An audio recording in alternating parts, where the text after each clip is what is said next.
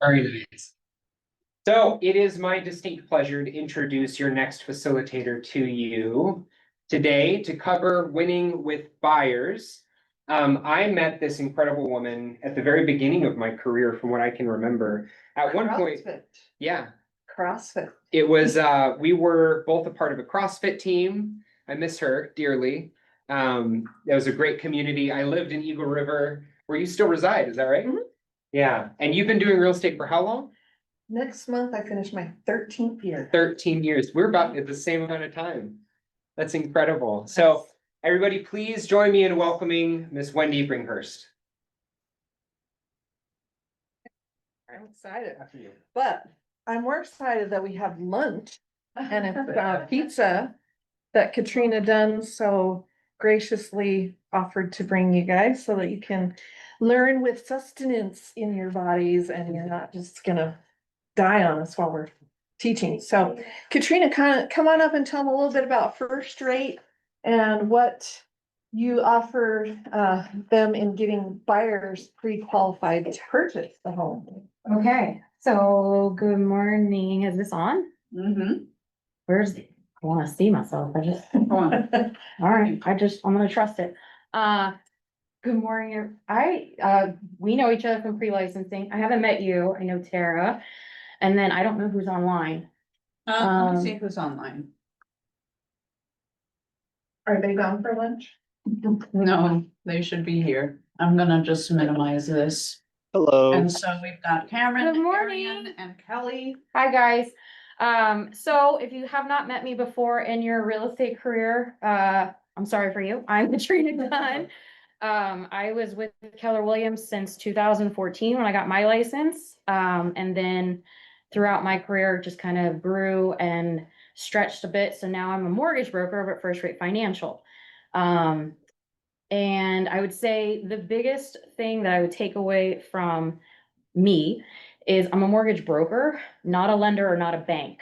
So it's a little bit different when you're working with wholesale lending. Regulations are a little bit different in terms of what we can charge the buyer, what we can charge for fees and things like that. So I won't really want to get into that too much because I know you guys are kind of going over the sale of the buyer, right? If you have not before, I would highly suggest taking a DISC assessment. It's something, are you familiar with it? Yeah. Yes. That's really gonna help you when you're kind of prospecting for buyers. If you can kind of dial in the psychology of a sale, I would say that's what sales is just psychology at this point. You'll know what you're dealing with and not in a manipulative tactic, but just meet people where they're at. I think that's probably what keeps me super interested in the sales side of it, is just kind of figuring out the puzzle of people. With that being said, I'm gonna email you guys some cheat sheets. This is when you're sitting here talking to buyers, even sellers. They're just going over basic stuff. Sorry, I've got myself all prepared and now I'm trying to remember what I'm doing. So yeah, I'm just gonna email these over. These are some PDFs. It's just closing guarantee and then some quick metrics for when you're talking to buyers and sellers. I'm also gonna email over a few links that are probably really important, especially if you're gonna be taking on any listings. So that's gonna be the FHA and the VA Condo Association thing. So like when you're going and talking to these sellers, you wanna make sure that whatever you're putting on the MLS is accurate. And instead of waiting to finish the phone call with me to figure it out, you'll have access to that. Of course, I'm more than happy to call and find out myself, but dealing with wholesale lenders, that's the beauty of it, is if we have an issue, instead of getting something listed and just hoping that somebody can buy it, let's kind of address the problems. I think that's the psychology of the sale, is create the problem because you have the solution already. Right.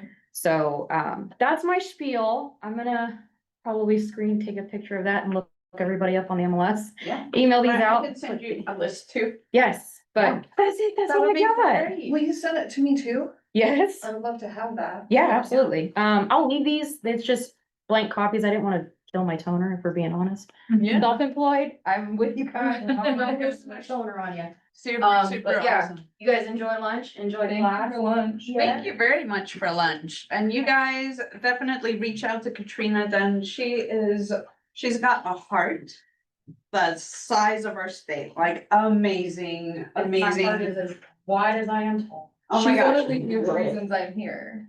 Oh, really? Yeah, that I switched to an agent role as Katrina. Nice. That's Wow. wonderful.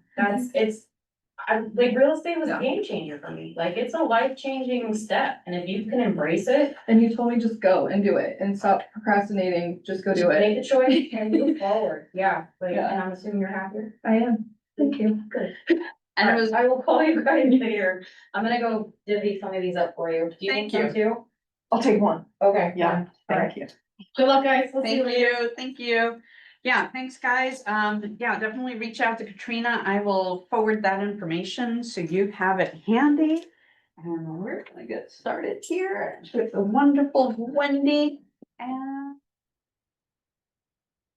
very good here. I'm gonna give you the clicker so you can go on as you wish unless you'd like to. Okay. And oh, my chair a little noisy. So I'm assuming you guys get the telemarketing thing every single time. Just don't break the rules. Just don't break these rules.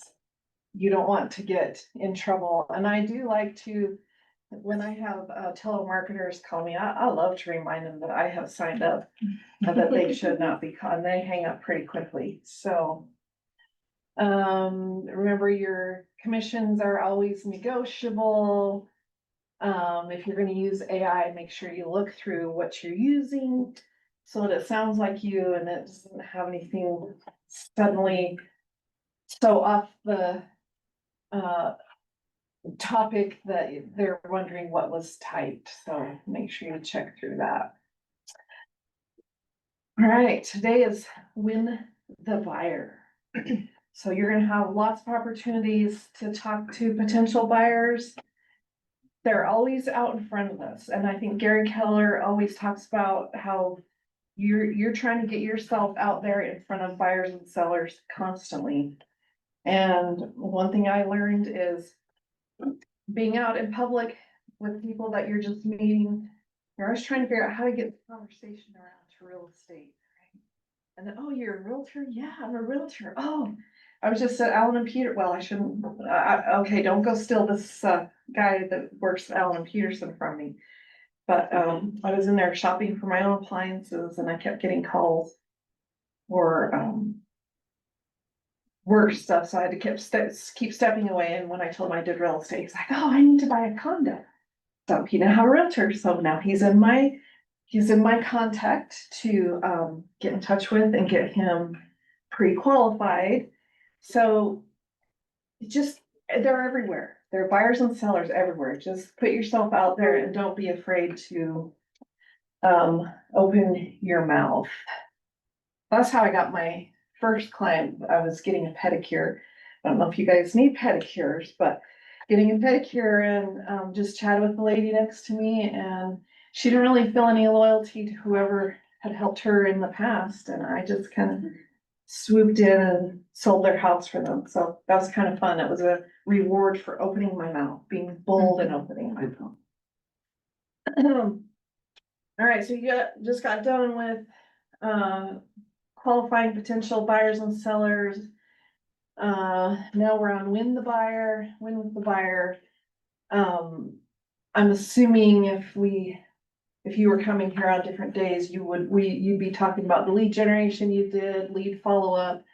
But today we're gonna talk about the transaction of getting that buyer. So you gotta figure out what the A buyer is.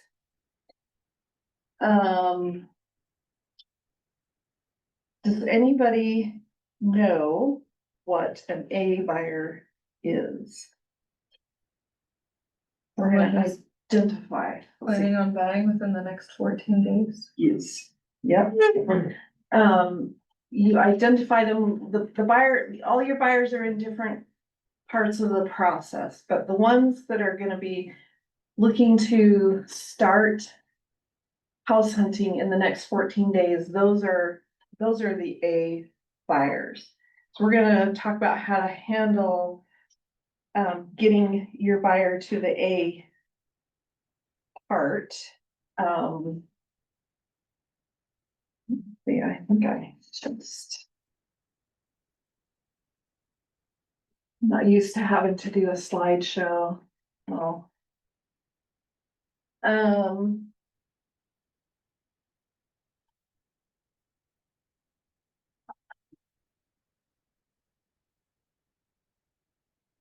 We're gonna talk about, getting the appointment with that A buyer. You need to prepare for that consultation. And then you have that consultation, we'll kind of give steps of how that goes. And then at that consultation, you wanna sign with that buyer, you wanna close that deal. And then we'll do a little bit of recap and ahas, and then you guys, I'll turn you over to do the homework that you guys do after that, so. The right approach to close for a meeting is the only approach, you just ask for it. There've been a few times where I've been in a store to purchase something where the salespeople in there are commission based. And I've walked in with the intention to purchase that thing maybe that day, or to at least build a relationship with a professional that's gonna help me purchase that. And I've been disappointed a few times where I end up walking out because they didn't ask me if I wanted to buy it or to purchase something or to work with them. And in my mind, it's okay, I'm just waiting for them to ask, do they want to help me? And if that question never comes out, I have walked out disappointed that they did not ask me. And I thought it was so simple if you just would have asked me. So this is what Gary Keller says. The right approach is to ask for it. Don't be afraid to ask for it.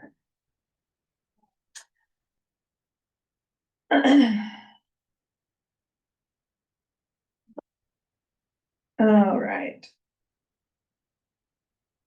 How come that's there? Oh. I see. All right, so. Getting on to the A buyer, you've probably seen this. Slide a lot too, right? That tells you. How you got to the A buyer, so you did some lead generating, you put them into your database, you've been giving touches to them.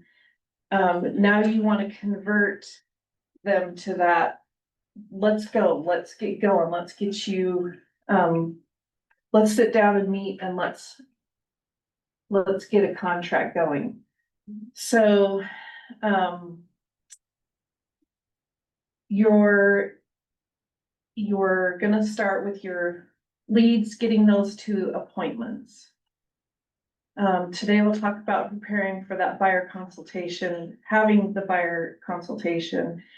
And then a little bit later, I don't know if it's whenever you guys are meeting next, then it's probably more, finding the home. Negotiating the contract, getting to closing, and then setting up those systems. Once you've closed, you want that client to be your client forever.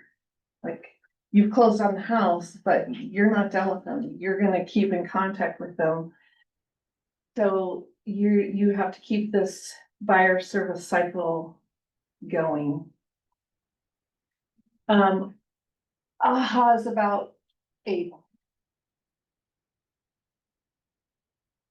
that you have. Anybody in Zoom world? How do I know if anybody's trying to send us messages in there? Will someone be like, please? Yeah, nobody's we just talking. basically have asked them to just speak up, let Okay. us know. Interrupt me anytime. Yeah. But anything you can think of that you didn't know about already with A buyers, I think you guys are getting well trained already. You're probably a lot further ahead than I was. I was just happy to have the classifications because I didn't really know what the time frame looked like for A, B, and C, so it was nice just to have that time frame. Okay. And some people might be quicker than you meet them and they're ready to go today or tomorrow, those are fun ones. Gotta scramble a little bit and drop a few things to get them going. Anybody in Zoom world have an aha?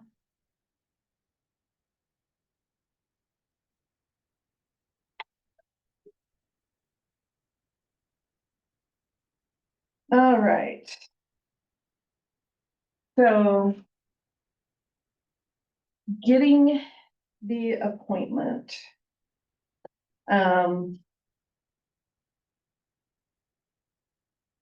Sometimes you feel like the rejection, the fear of the rejection when you're asking for that appointment is coming.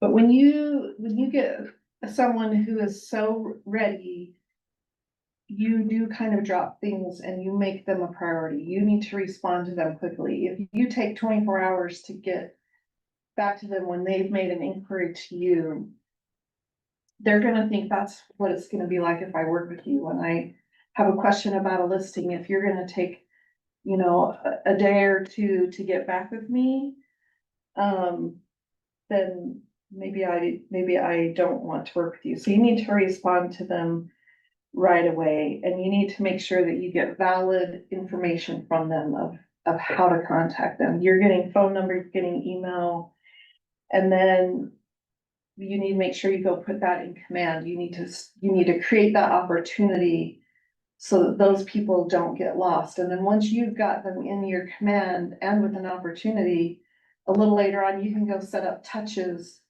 for them. So for buyers, there are touches about tips on buying homes, tips on making offers, tips on getting pre-qualified.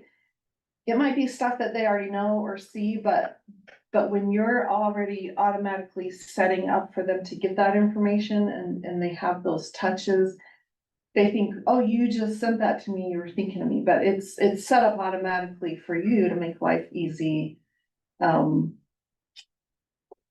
So think about those. That will be later with command training for you guys, but at least get them entered in, and that's, the command is a database that that Keller Williams has. There are other databases you can pay for, but command is part of what you get at Keller Williams.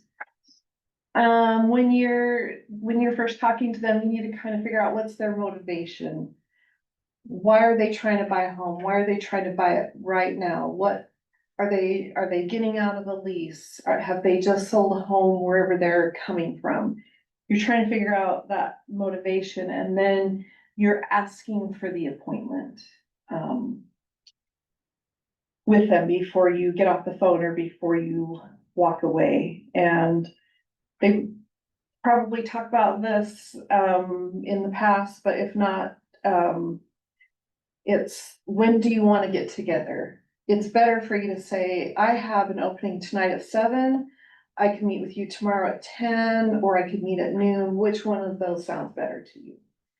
And that way the answer from them is gonna be a lot easier than, oh yeah, we'll get together, or yeah, I'll give you a call. You don't want to leave that conversation without trying to get that appointment and offering different times for them. It's just an easier way to get a yes from them, if you can do it that way. Sorry, I was a slide behind there. So yeah, set your appointment, and try and get with them soon, because you never know if another realtor from another brokerage is gonna, step in when they go to the grocery store. So try and get that appointment and get them feeling loyal to you. So you wanna be able to show them the benefits of working with you. Sometimes this is where that hesitation steps in, because you're worried about the rejection. So you've got the 6 personal perspectives, and these will help you to remove those limiting beliefs where you're worried about the rejection of these buyers not wanting to make the appointment. So showing them the benefits of working with you. So it might sound like, if spending 30 minutes with me could save you hours of time and thousands of dollars in your home search, would that be a benefit to you? Great, let's meet. A take back close might sound something like this. I've enjoyed talking with you. To be honest, I don't know whether or not I can be of help to you. However, I'd be honored if we could just meet and find out if I'll be good with you. So how about we meet tomorrow? There's a negative, positive close. This is a way of backing into the appointment to close. So maybe it sounds like this. Would you be offended if I asked if we could meet to go over all of this in a little more detail? I'm free tomorrow. How does that sound to you? So how about giving them what they're looking for? So, hey, let's sit down in my office and we're gonna go over some listings in our MLS system in specific detail to see which types of properties would work for you. Does that sound like a good plan to meet with me in my office tomorrow? Great, see you then. Then there's a trial close. They're kind of testing the water and trying to figure out if you're both genuinely agreeing. So maybe you say something like this. Can you see how receiving a list of all these new homes on the market in your price range would help you in your home search? Great, let's meet. Assumptive close. It kind of prevents them from saying no. So you could say, it sounds like we should meet. I'm available most times of the week this week, so what works for you? Great, see you then. And then there's a tie down. So using things like, wouldn't that be great? Can't you? Isn't it? Wouldn't it? Using that before you finish your sentence. We'll save hours on your home search if we meet in the office. Saving time is important to you, isn't it? Great, let's meet. Practicing some of those phrases so you kind of get the feel of what it sounds like, so it doesn't sound like what I just did reading it to you. You want to practice that, and they probably talk about getting together and practicing with scripts. I did that in the beginning and that was helpful. Now I think we're getting into a market where we're gonna have to use scripts a little bit more, so I need to practice those again for sure. And then also, I just wanna chime in, you guys can practice these tie downs at home with your partner, with your kids. Yeah. Like the tie downs, the questions that you're setting at the very end. You know, hey, I need you to clean your room. You wanna go hang out with your boyfriend, don't you? You know, so, it's, practice it and just see how that works for you. But yeah, we'll definitely, I think this is important. We're getting into, now that we're talking about transactions, we're going to definitely get heavy into our scripting practice, and that's going to go into our homework now. This is the point where we're definitely going to expect for you to do that moving forward. Yep. Thanks, Wendy. Okay, so when a buyer objects to meeting with you, what are your first thoughts? Are you just kind of feeling rejection, like it was definitely a no? There we go. Do you feel like they're being unreasonable? So when those thoughts come in, that's when you're thinking, okay, these are self-limiting beliefs. I just need to get those out. But it's also good when you have those limiting beliefs, because those are kind of signals that you have. It's just one step closer to helping them get to that purchase decision.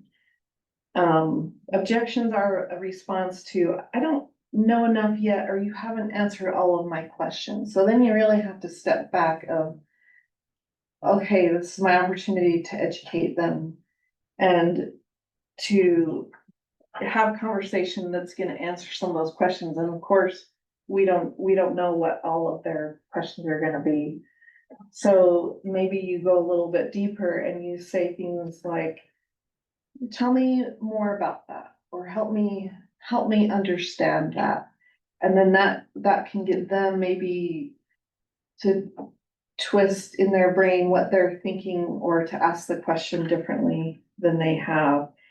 And then you need to empathize with them. Tell me how that feels. Why?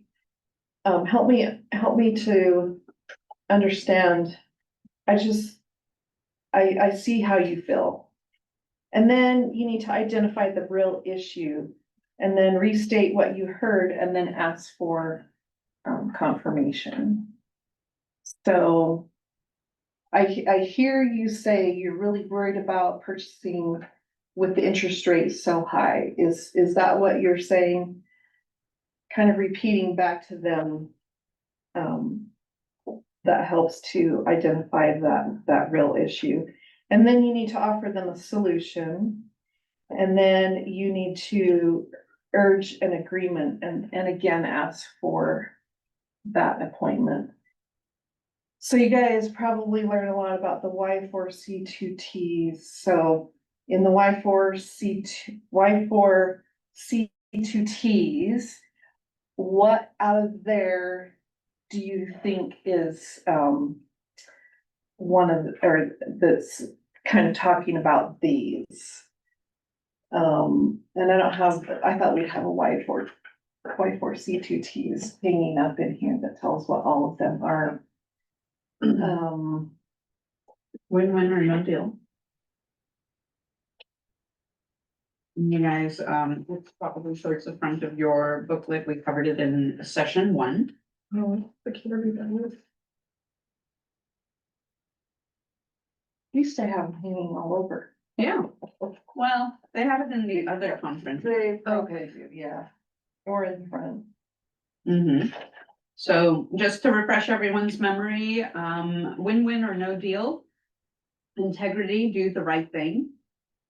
Customers always come first. Commitment in all things. Communication, seek first to understand. Creativity, ideas before results. Teamwork, together everyone achieves more. Trust starts with honesty. Equity, opportunities for all. And success results through people. Communication. Okay, right there. It's the communication. And then after you've tried to, use all of these, and you're just feeling like they're definitely a no right now, then you just take them and you put them into your database, and then maybe they're not in the next 14 days. Maybe there's a little bit more of the touches that you can do for them, and then bring them back to being that A buyer. So occasionally that does happen to us, but don't delete them as a person unless they have come back and said, I have signed a deal with someone else. Then you need to leave them be. Once they have a contract with someone else, then you just have to let them move on. Let's see, so I guess in your participation guide, you have exercises for practicing responding to objections. It's, I don't know what that looks like, with what you guys have. Let's, we can go look at this.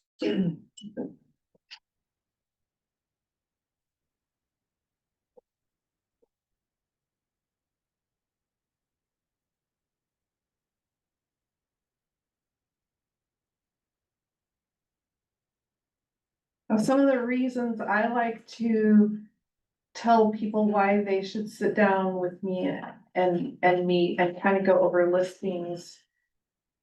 Or one of the values that I bring is I like to give you direct information from the MLS system. When you guys are looking at Zillow or homes.com, you don't understand how much information is missing from those sites. And the value that I bring to you is giving you a listing from our MLS system that has documents you can do due diligence by looking through those documents. The documents don't syndicate over to all of those other hundreds of websites that they might be looking at. And so your value is giving them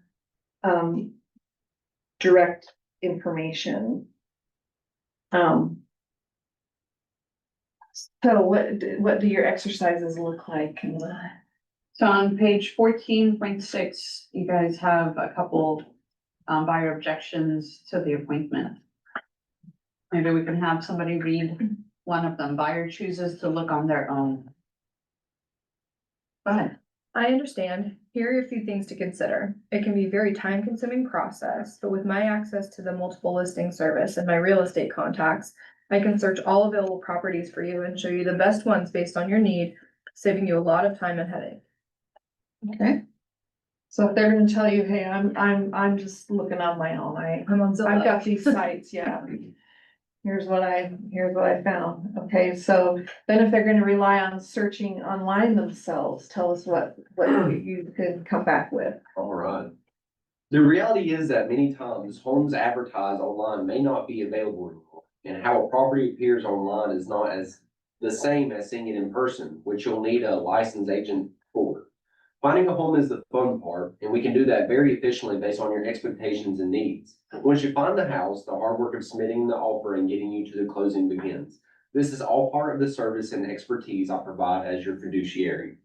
Okay, so do you kind of see how you're giving them a long-term answer? With me, we're gonna start here and we're gonna get to here and then we're gonna close some. We're gonna find.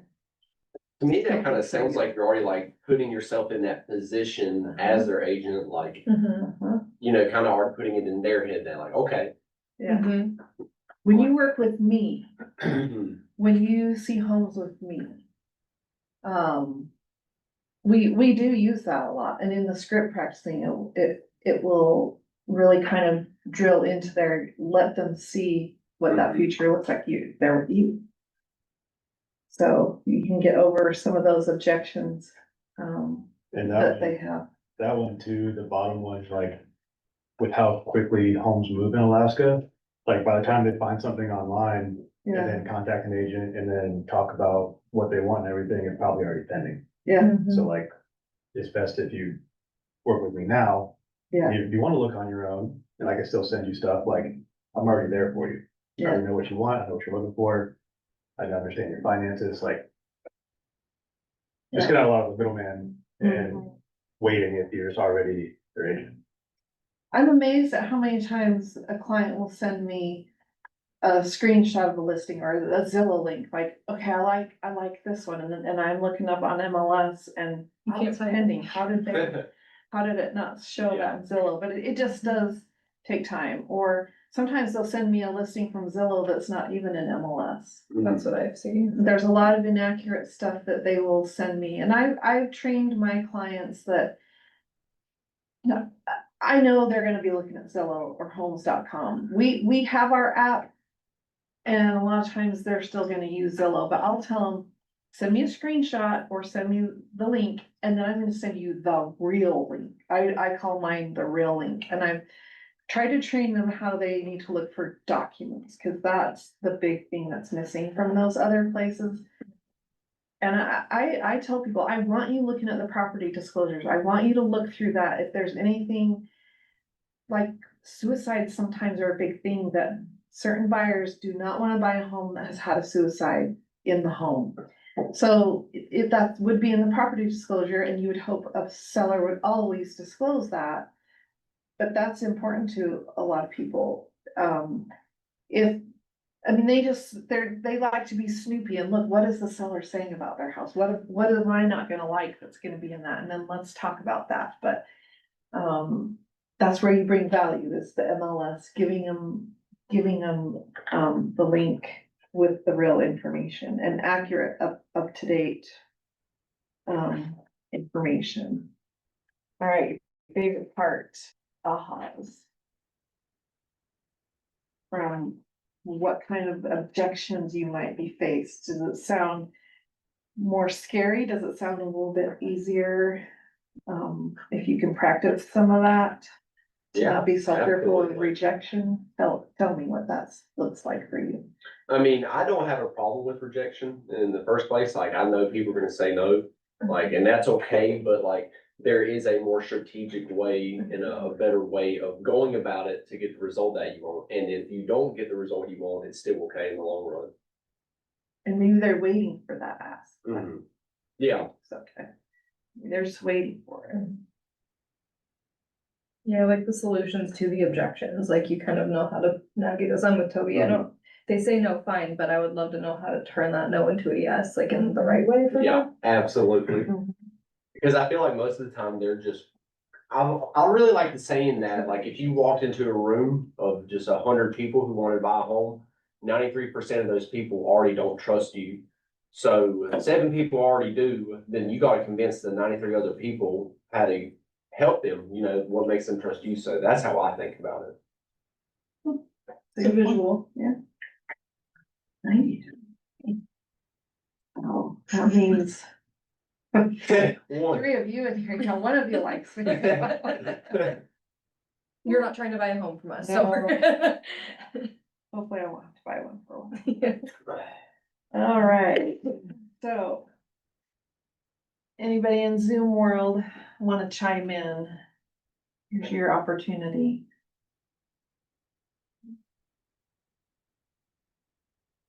All right. So now you've gotta prepare for your buyer consultation. So let's talk about what that is going to look like. You've gotta prepare for that appointment. So you're gonna confirm with them the appointment date and time. So when you call a doctor's office and you've scheduled your physical exam, does it just get left at there, or does the doctor's office usually call and say, just reminding you about your appointment tomorrow? Do you find that most businesses, when you have appointments with them, they don't just leave it out there and expect that you show up? Mhm. They're motivated because they're gonna make money if you show up at your appointment. So you've gotta have that motivation that if you want that buyer to show up at that appointment, then you need to be reaching out and having those touches. I'm looking forward to meeting with you tomorrow at 4 at my office. Making sure you're reminding them where you were going to meet. Sometimes people, I mean, they forget, sometimes they don't put it in their calendar, so it's always good to remind them, and the location, make sure you're communicating which office, there's more than one Keller Williams office around, so you've gotta remind them of that address. And then you need to ask if all the decision makers are going to be there. Why do you think all the decision makers of who's buying should be at that appointment? Well, you want everyone on the same page and the same part of the process. You gotta be on the agreement. No, okay, they need to also sign. All right, then you need to complete your buyer guide, and we'll talk about that here, and then prepare your meeting space. So if you're not at the office, 8 to 5, and you're coming in specifically for that appointment, you wanna make sure that you come in early. If you're sitting at a table, make sure that you're not all walking in and then you're clearing off from what you just did with the last client or from working on a project. Have the appearance of that space feel like you prepared it for them. This spot is waiting for them. That's always a nice touch. And then, you're gonna review, the lead sheet. Did you write down any little things to remember about this buyer? This buyer really likes fast cars. What fast car did I just see that when they walk in, I can talk about that fast car that I just saw? Just, kind of trying to think of something that you have in common, with them. Okay.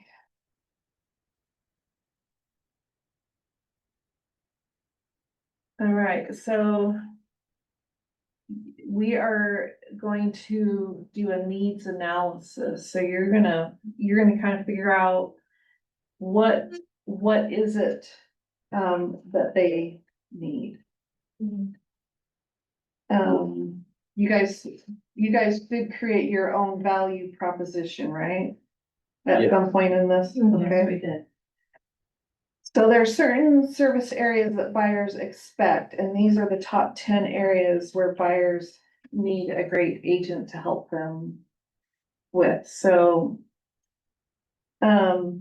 Your buyer's presentation or the buyer's guide that you can make, it's going to touch on all of these 10 things. You're gonna kind of make it personal to you, adding that value proposition that you've written up. And then, you're gonna think about the stuff from your lead sheet about them and that needs analysis. So keep that value proposition focused on what you bring to the buyer, not just, I'm so great. It's what's my value? Why is it gonna be good for, me to work for you? So in command, you are going to create a welcome letter. And that's gonna be that first page that they see in your buyer's guide. These are printed.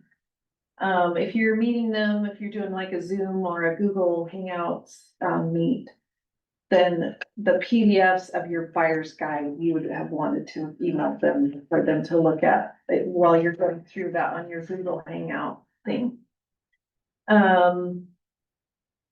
You're gonna have the timelines of the buying process. Having all of this in their hands is gonna educate them on how to be a good buyer, because some buyers are just clueless and they're not very confident. And I've learned with some buyers, you might have to tell them some of these steps 2 or 3 or 4 times. And I always tell them there's no such thing as a dumb question. I'm gonna share a lot of this information with you.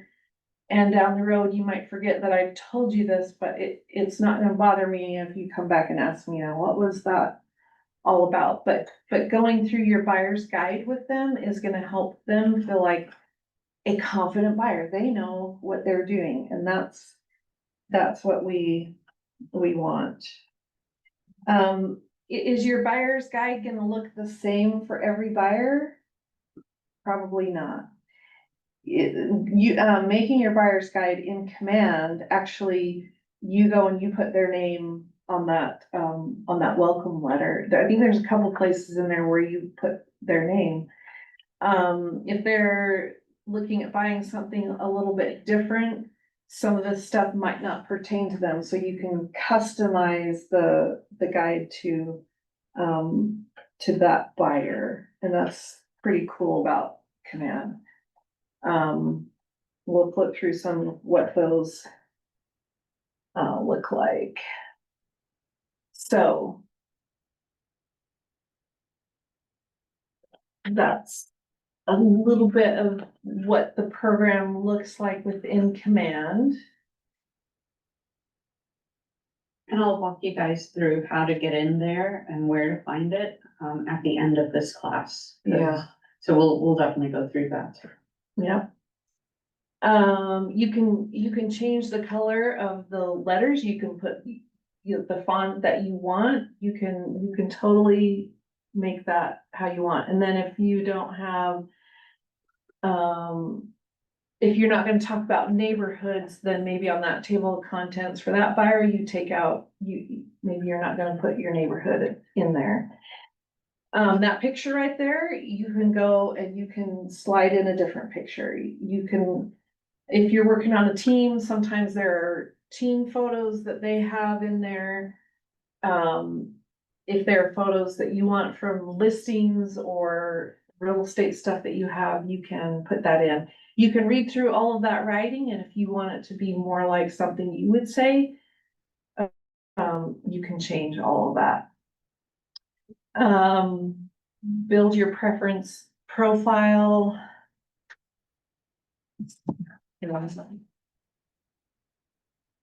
Okay, so when you're making this profile, you're kind of educating them on. Okay, I usually turn my phone off at 7 p.m. at night and then I turn it back on at 8 a.m. And then maybe the buyer is telling you, well, I'm usually dealing with noisy kids until 10 a.m., so don't contact me before 10 a.m. Maybe they are the kind of people which you'll figure out from the disc. If they don't want to know every single thing throughout the transaction action that you've done just then, maybe it's, here's what I've done in the last couple of days. You'll kind of figure out the needs of your buyer, and hopefully in, setting up this profile with them, you'll know, okay, I need to not email them every day. I just need to email them once a month, or there are some people that are very needy and I need to know what you did today. Give it to them before they have to ask, and then you're pretty cool in their eyes. Doing the home wish list. Now, in Alaska, it's my opinion, you're not gonna get someone 10 out of the 10 things they want in a home. So I don't set up that expectation with them that we're gonna find that dream home. A dream home is more if they're doing new construction, you're gonna get a lot more of the things that they want. So I don't like to set up an expectation that we're gonna find 10 out of 10 things. But you wanna find out, what's non-negotiable to you? If it does not have a garage, does that mean you do not even wanna see the house? If it does not have a 2-car garage, you've gotta find out from them the kinds of homes that they want or don't want. And I also set up the expectation that I cannot, in the MLS, weed out homes that have blue fireplaces. That's just not a button for me to click, so I'm sorry if my auto email sends you 5 homes that have blue fireplaces, and you said you don't want 5 or blue fireplaces, I can't weed those out, but garages, yes, I can put in there that you are looking, how many garages you want, or if you don't care if it doesn't have a garage, there's things that you can fine tune in MLS with them. And then you're taking notes when they're sitting down with you in this appointment, telling you what they're looking for. It looks really good in their eyes if you are taking notes in depth of what they're looking for. I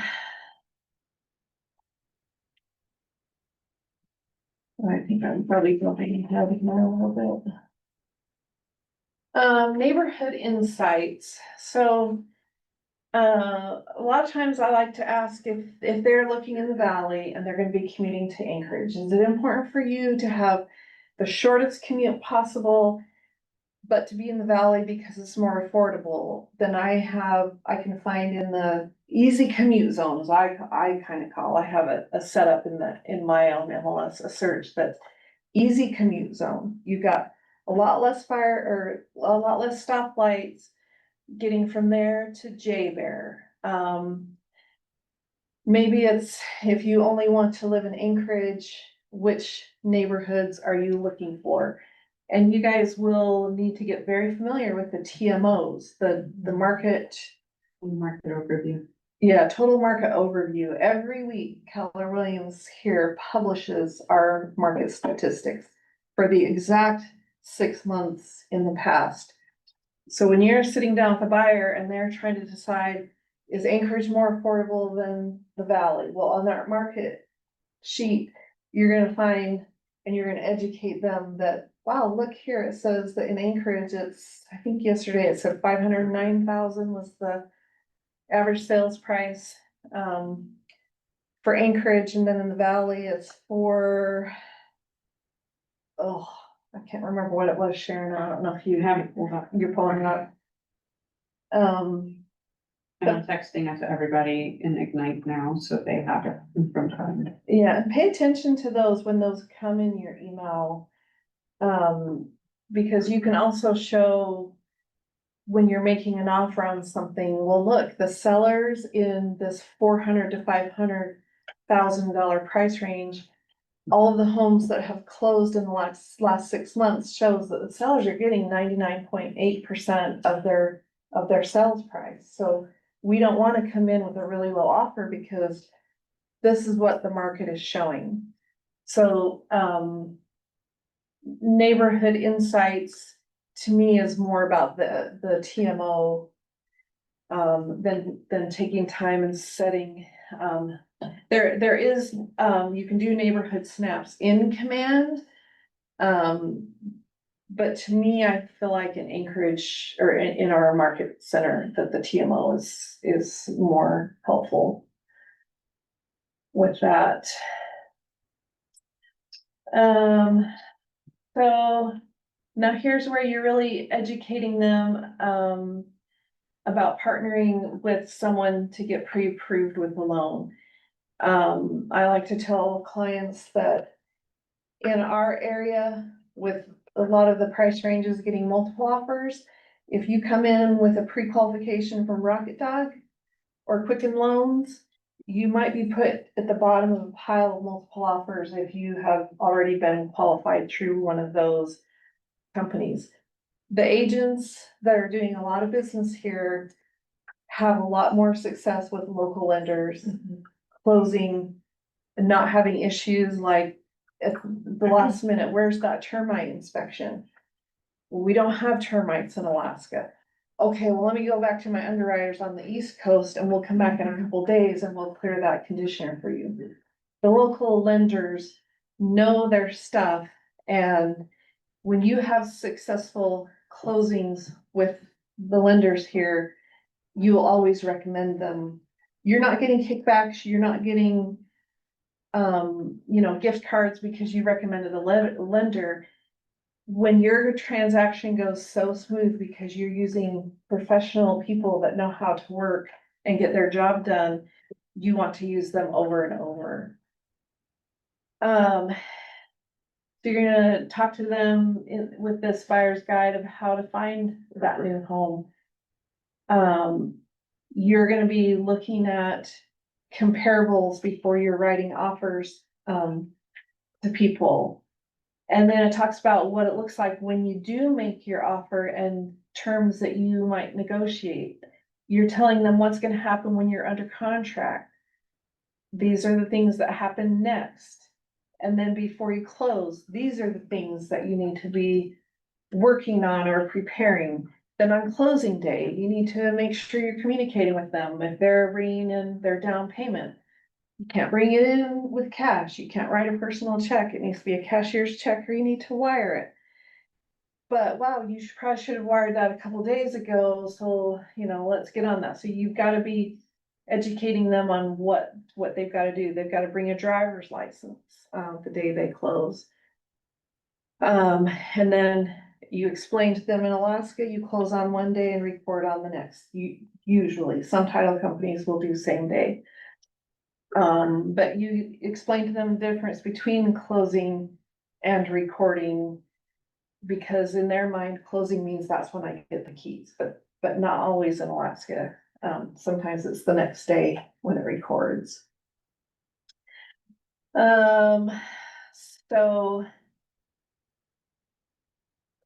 So you get them pre-qualified. Now Keller Mortgage,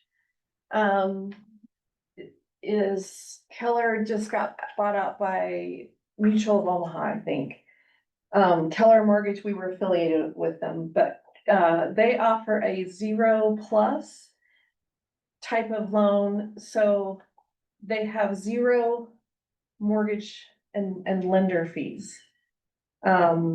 They can kind of shop around, and even though Keller is not here, Keller is a very familiar mortgage program.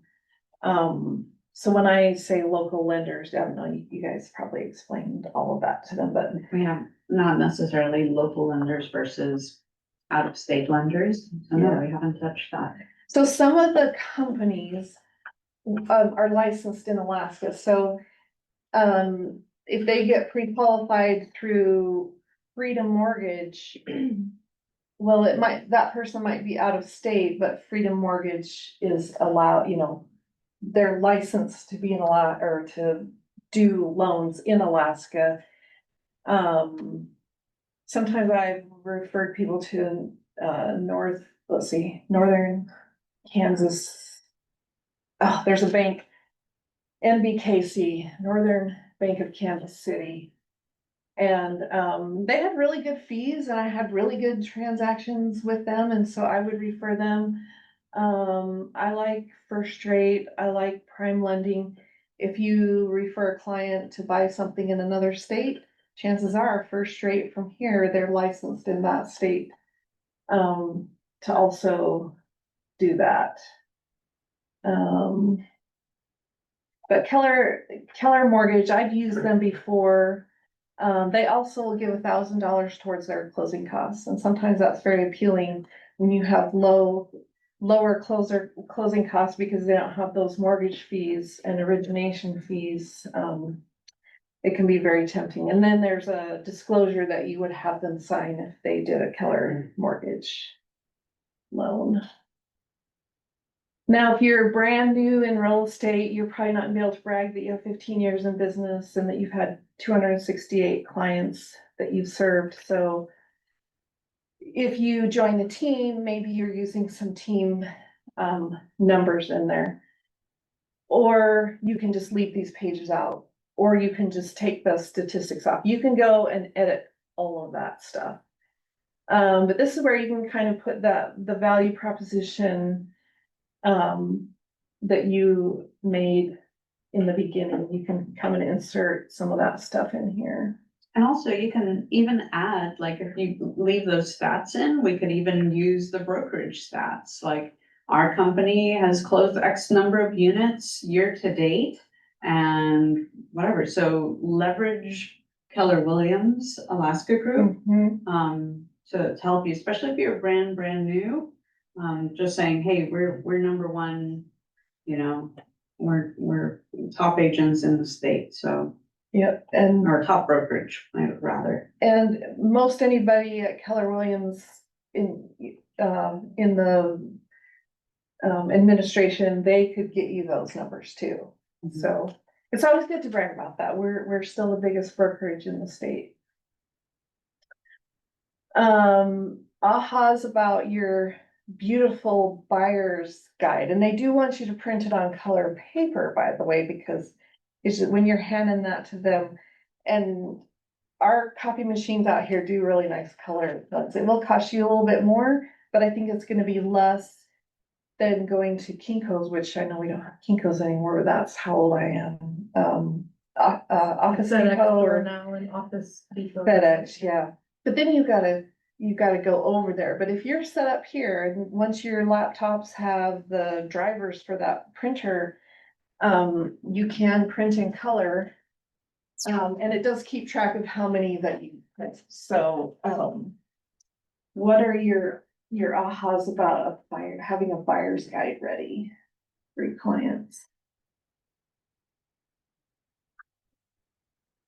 I just think it's a really good idea, cause that's gonna answer probably 80+% of the questions that they have, like. How does it work? And then after you spoken and taught them all, they can walk out with what you have just said too. And some people learn better that way, having things in print besides being told. And so they have that back to refer to. Is it allowed to like maybe have a page in there, like get with like a couple lenders, maybe have like bullet points on like for VA loans, like you're gonna use a VA, these are some things you should, start checking off. Yeah, some of the stuff that Katrina might have had Right there. could be a thing that you could add as another Like sheet. a mortgage guide, which kind of loan is right for you? Yeah. Or 7 checkpoint system for success, the loan process. And that's already done. It's I mean, already that's done. made for You just stick it in there and make sure to give her a shout out or something and government programs cheat sheet. This is more for you, not for them. But I'll go over some of this stuff too, but yeah, definitely. And she'll be emailing this over. So that way you guys have an electronic copy, so you could stick it into your into your buyer's guide. Mhm. Sometimes having a couple of lenders is good. Here's two that I really like, and to me, it's not gonna matter which one you pick, but then they can have choice. Patty, well, when we did a lot of risk management stuff, she loves when we can offer 2 or 3 different people to choose from. Here's a couple of title companies that I like, and when we write the offer, usually we get to choose who the title company is. Now, for the multiple offer situation, we might ask the realtor on the listing side, what title company do you like to work with? Because that might be one more thing that that might weight you with other offers, so. But having a couple of title companies that you like is a good idea. Any more ahas? Everybody in Zoom land is very quiet. They must have all the knowledge.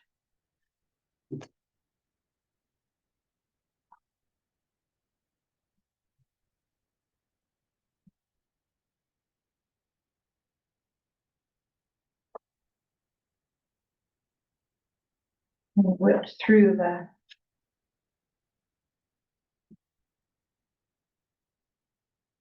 Okay, so now we've sat down with and had the consultation. So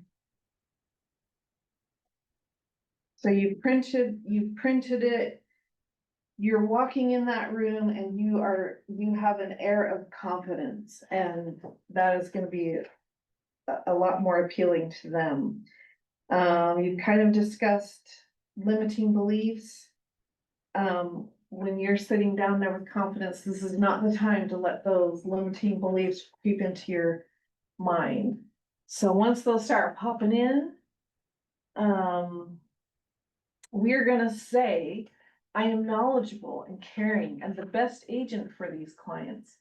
They will appreciate my expertise and preparation and choose me to represent them as they buy a home. So, I want you to say it with me. I am knowledgeable and caring and the best agent for these clients. They will appreciate my expertise and preparation and choose me to represent them as they buy a home.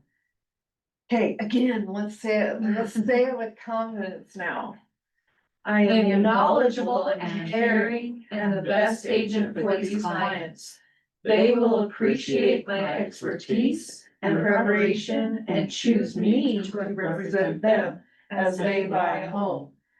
Okay, that's what you go in that room, that buyer's consultation with.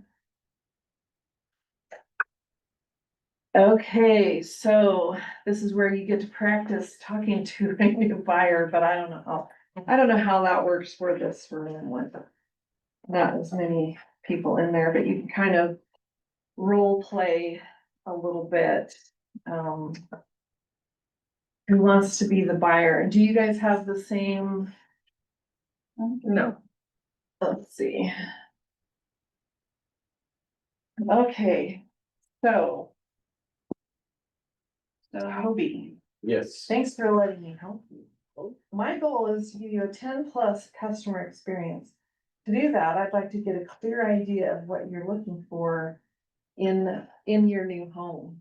Oh, absolutely. Thank you for asking about that. I would love to, I'm looking for something that definitely has a huge space so where I'm not surrounded around a bunch of people. I'd like to minimally have a 4-bedroom, 3-bath, fenced in all around with a wraparound porch is what I'm looking for. And how about an HOA? Does that bother you if the neighborhood has an HOA? Absolutely. Keep me as far away as you can. Okay. All right.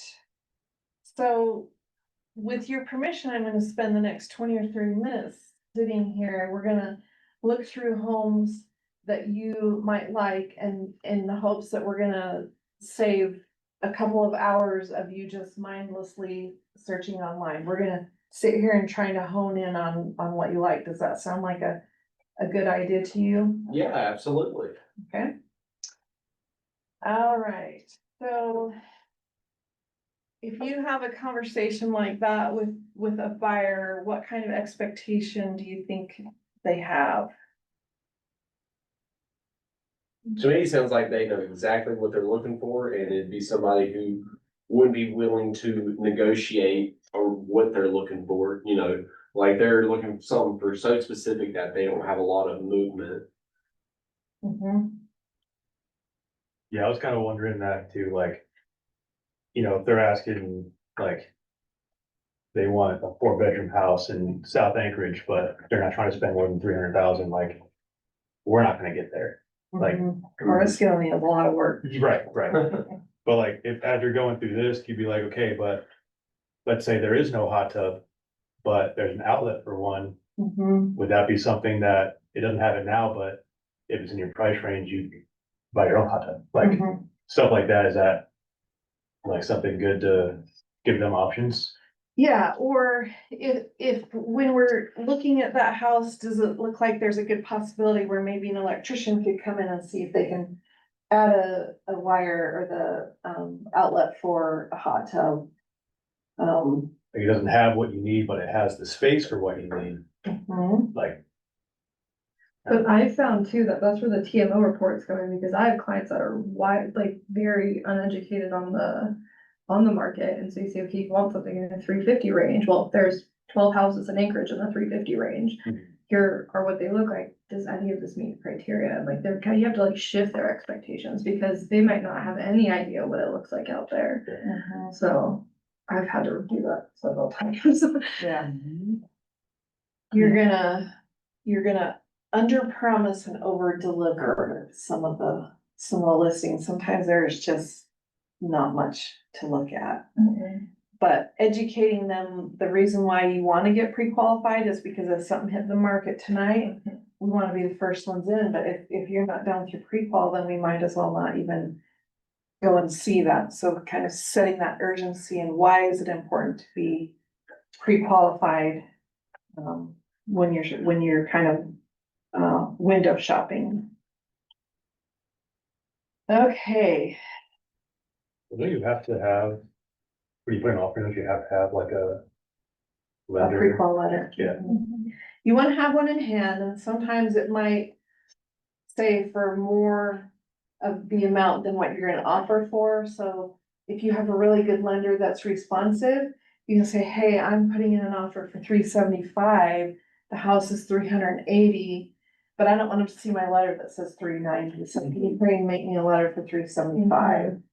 Now, if you're in a multiple offer situation and the house is 375 and you've got a letter that says 400, and you know, you're gonna go over, then sometimes it's okay to show that letter that's 400. Oh, wow, they're a little bit better for buyer than I'm thinking that they are. So sometimes you have to be careful not to give away the cards that the buyer has, that they are qualified for a little bit more, but since no one else is making an offer, maybe we come in with a little bit less, so don't show that higher. Yeah, I think that's letter. important to, like, as a realtor, do your research on lenders. Because like, I know Katrina was great about it too, where like I was approved for 525,000. I'm not comfortable going over 350, Yeah, but I don't wanna, you know, find a house around 320 and then buyer see, or the seller see a letter for 525. right, It's like, oh, well, like, you can afford this and to do all the repairs, so we're not gonna do anything. right, yeah, don't give that away if So, your buyers hold Yeah, that all my tight. lenders like, this is the exact price that I'm gonna put in for, so I need to learn for that. Sometimes I'll ask a lender to give me a few different ones, especially if it's a weekend and you know you might have to escalate, now we're gonna change our offer again. I'll ask for a couple of different amounts, and there are some lenders where you can actually go into the portal and you can write the number. They know that, you know, there's a threshold, you can't go and you can't qualify them for more, but there's a couple of lenders that have that feature too, where you can do that. So it's nice having lenders that can work on weekends and give you those, Answer phone calls and yeah. emails and stuff like that. Especially if after you write the offer, you know that other realtor is gonna call that lender and ask, you know, how deep are you in the pre-qualification with this buyer? Or did you just start? So maybe you haven't gone very far into the weeds of what they're capable of doing, and if they really qualify. Veterans United is kind of famous for overqualifying people I'm doing and that not- right now. and not getting very deep into the, underwriting, and then at the very end, it's, That's yeah, what I'm dealing with literally at our break on a phone call because of Yeah. that. yeah. That can be very frustrating. Like 650, and I was like, you're out your damn. That's it. You And are out the- of your mind. Yes, that's And what then- we're finding in the clients, like, I don't make enough to qualify for all this. By the military dog, I do not qualify for that. Correct. Yeah, they are not my favorite. Okay, so then when you're filling out that needs, what they need,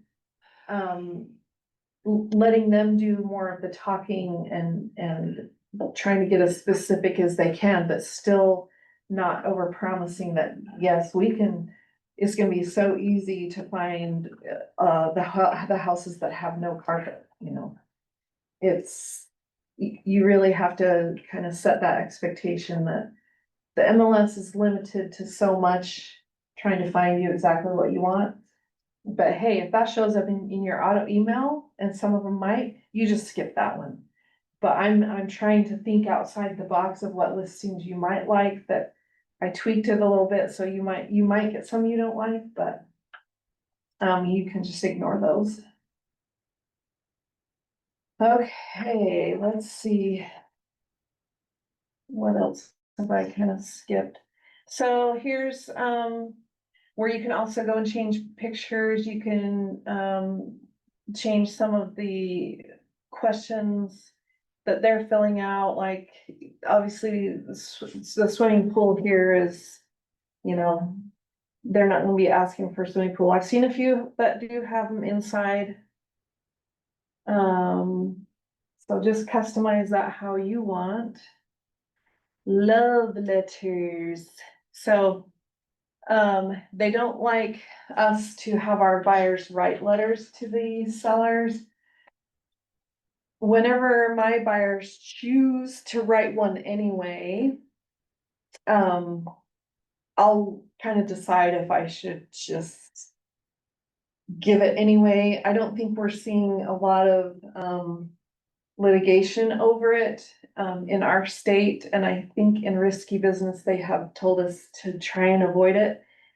If you are receiving offers and you have gotten the love letters with them, I have always chosen and felt like it was the best that you look at the offers first, and let's not put the emotion of the letters in it. And after you've looked at these 3 offers and you already know which one, then I'll let you read the letter. And then, and they usually still stick with the offer that they chose without looking at the letter. But they're saying it's not worth your license. It's not worth losing your license to, let your clients write a love letter.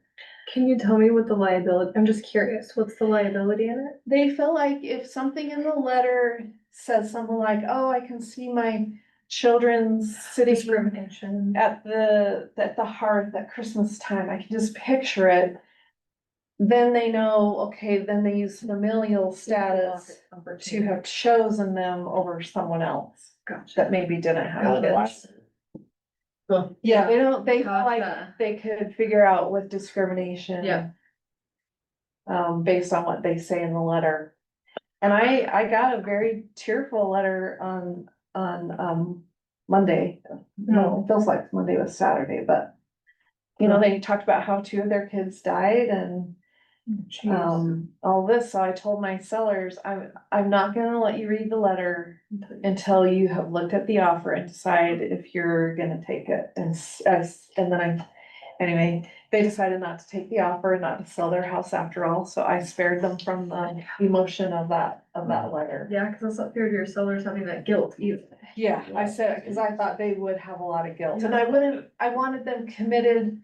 This isn't a typical situation where they were trying to decide if they were gonna sell their house or not, and we signed an agreement that this one person who I knew really wanted to buy their house. And then my sellers said, well, we just don't feel like, now that we've done all these things to our house to get it ready, we just don't feel like that we're gonna sell it now.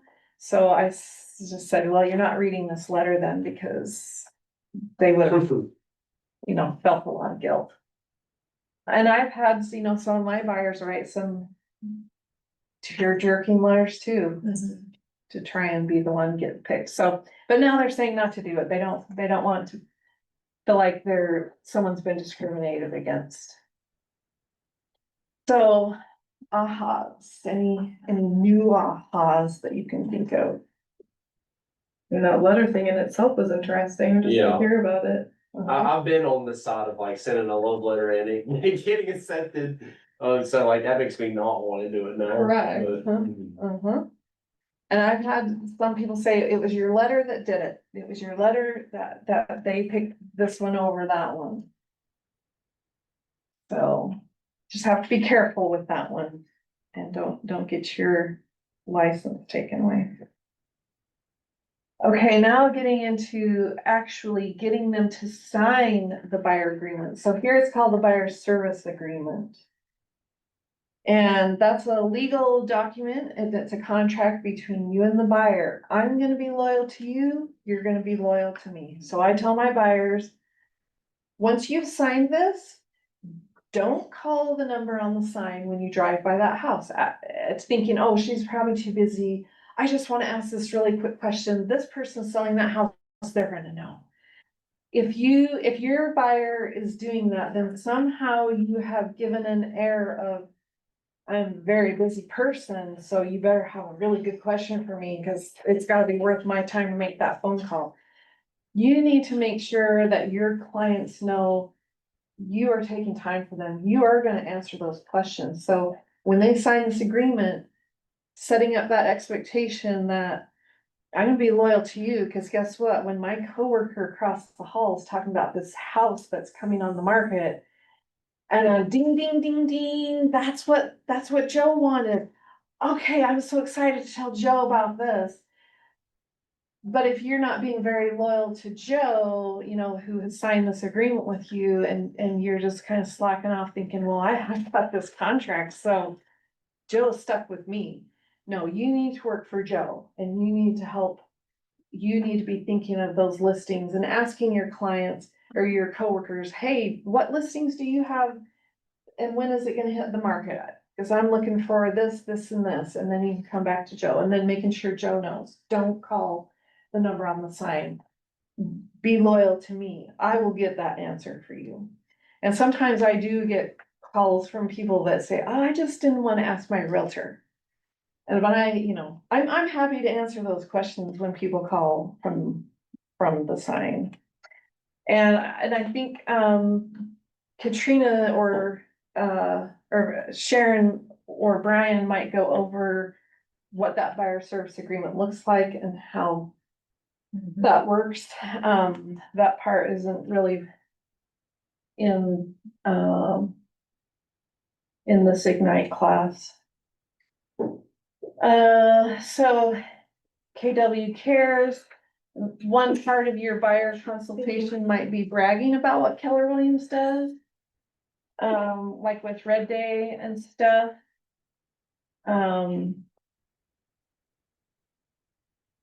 Let's see, so the KW app, have you guys been able to play with the KW app a little bit? No. So at some We point, downloaded it, but we didn't like dive into it here yet. okay, at some point, you'll have your own login and you'll have your own personal username for it, so when you're talking to your buyer about how, don't look at Zillow, use my app. And it's a free app. It might not be as user friendly sometimes as Zillow, and I don't really say that to them, but I tell them to use the KW app, and it's awesome when they open up the app and it's you're on their app. And you can go into command and you can set up neighborhood searches for them that will show up on their app, and it will give them some neighborhood information. Ahas about the KW app. It's branded with your name once you set it up. That's pretty cool. So what if you use a different CRM? I don't know what those look like. Yeah.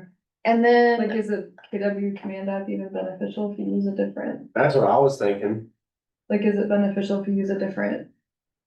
Sharon might know that. If you're using a different CRM you send an app.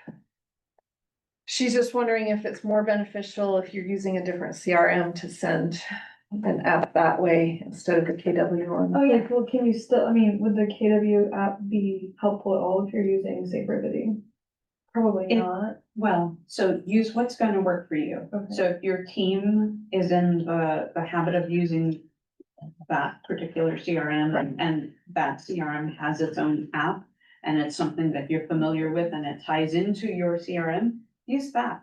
We just make the suggestion to use the KW app that it connects to Command Right, for those who are starting with the Command CRM. right. So use what works for you. That's where I leave it at. It'll So, yeah, tell you if someone's marked a favorite and then it'll give you a notification and so then you can go back and then it's like a touch to the client. Hey, Mhm. I saw you mark this as your favorite. Here's the Yeah. link from MLS. Also, you need to kind of know what the app is like. So once you download it, you need to kind of pretend like you're doing a search so that you kind of know how that works. When somebody sends me a Zillow listing, I don't know how it works in the app. I don't play with Zillow. I don't like the Zillow app.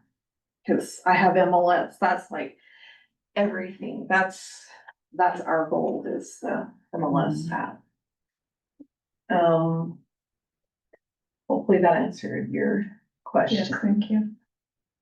Now, is this the part where you do it, Sharon? Like, Sure, yeah, Good. Really absolutely. discuss. And we can come back to here and just like, cover each of these things. I love head and heart, like really, how has your thinking changed about, about buyers consultations? And I'd like to call on some Zoom people to chime in. Kelly.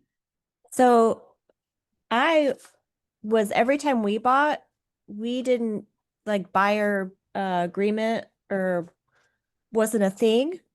So all of this is totally new to me. Because we never and we never went over this stuff so I think it's great. yeah, the buyer service agreement now is non-negotiable. You cannot get through your contract now without having a buyer service agreement, and that's been about a little bit less than a year ago. Some teams and some realtors were doing buyers representation agreements, and those weren't ever required. It wasn't a requirement to have those, but now you have to have that, but sitting down and having that little consultation really shows your value and it reminds them that I'm loyal to you, you're loyal to me. And just, yeah, kind of puts it in their mind, okay, don't call the person on the sign, call my realtor. Yeah, I bought my house 2 weeks ago and I had to do a buyer search agreement for myself. That's So I'm fun. my own agent, but I had to have it with the paperwork, putting with the title and everything. I did not know that. That's actually really cool. Yeah. Yeah, fascinating. That is fascinating. Signing paperwork for yourself. Like, That's, you giving yourself that conversation, look yourself in the mirror. You owe fiduciary duty to yourself. it doesn't even seem legally This is like my that. value Like, it doesn't make proposition. any Yeah. sense. I like Awesome. how Patty always said it, you treat your clients better than you would wanna be treated during a transaction. So if there's something glaringly wrong with the house that they're not seeing, but you would have a problem with. I mean, not beyond your skill of like, if you're not an engineer, you're not calling stuff out, but just, it really struck with me that treat them better than I would treat myself if I was buying a house, so. Yeah, I love that. It brings me back to why I got into real estate in the first place. Or at least once I got motivated into it, like I was like, we're just doing this because we wanted to invest in real estate. But, in essence, there was a step that happened before I got into real estate where my husband's like, I'm busy. I let him handle all our real estate transactions and he's like, now you need to handle it. Oh my gosh, I held on to that contract and I highlighted and underlined things. And, because I didn't want to miss anything and I wasn't even licensed then. And wasn't even thinking about getting into real estate. And I realized, wow, look at all the gaps from when we were purchasing. And, you know, what did I need? What were my needs? I needed someone to educate me or to tell me, okay, this is what's happening next. Or I needed someone to not be on their phone while they're showing me the house.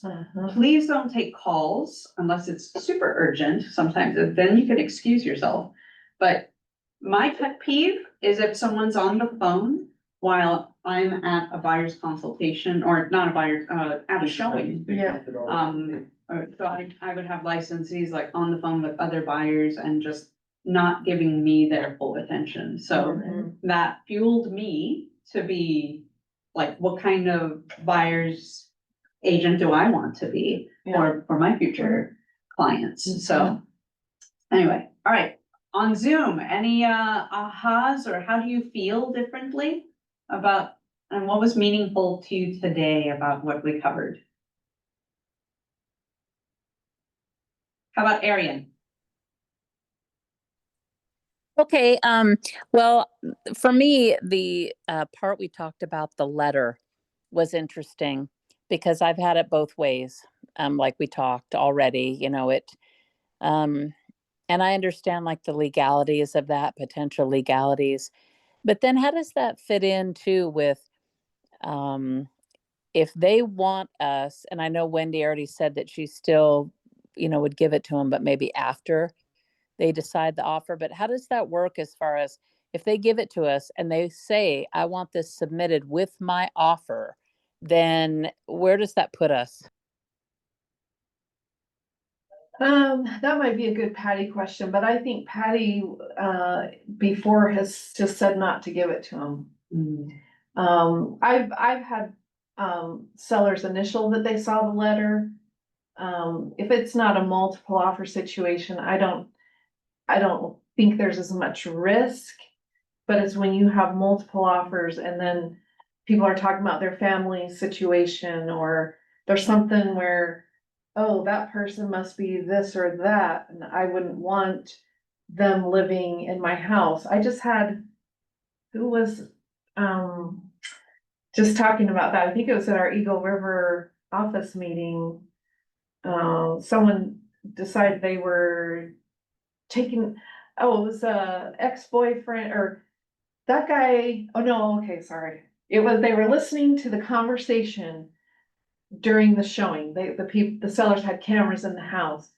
They were listening to the conversation that was going on, and the husband sounded just like her ex-husband. Oh my God. His personality traits. And when they wrote an offer, they turned it down, and she said it was because that guy, I did not want someone like that living in my house even after I left. And that must have been in a multiple offer situation. I can't remember if it was Nani Palmer. But anyway, It is interesting. the cameras bring a whole different element of, It I think, does. discrimination. And on that note, guys, like you're walking into a property with buyers and you notice a camera, turn to your buyers, or this may be an excellent opportunity during a buyer's consultation. Hey, we're going to go take a look at homes. You know, there's usually, you know, sometimes we'll come across properties where there's cameras. Most times I see Ring cameras.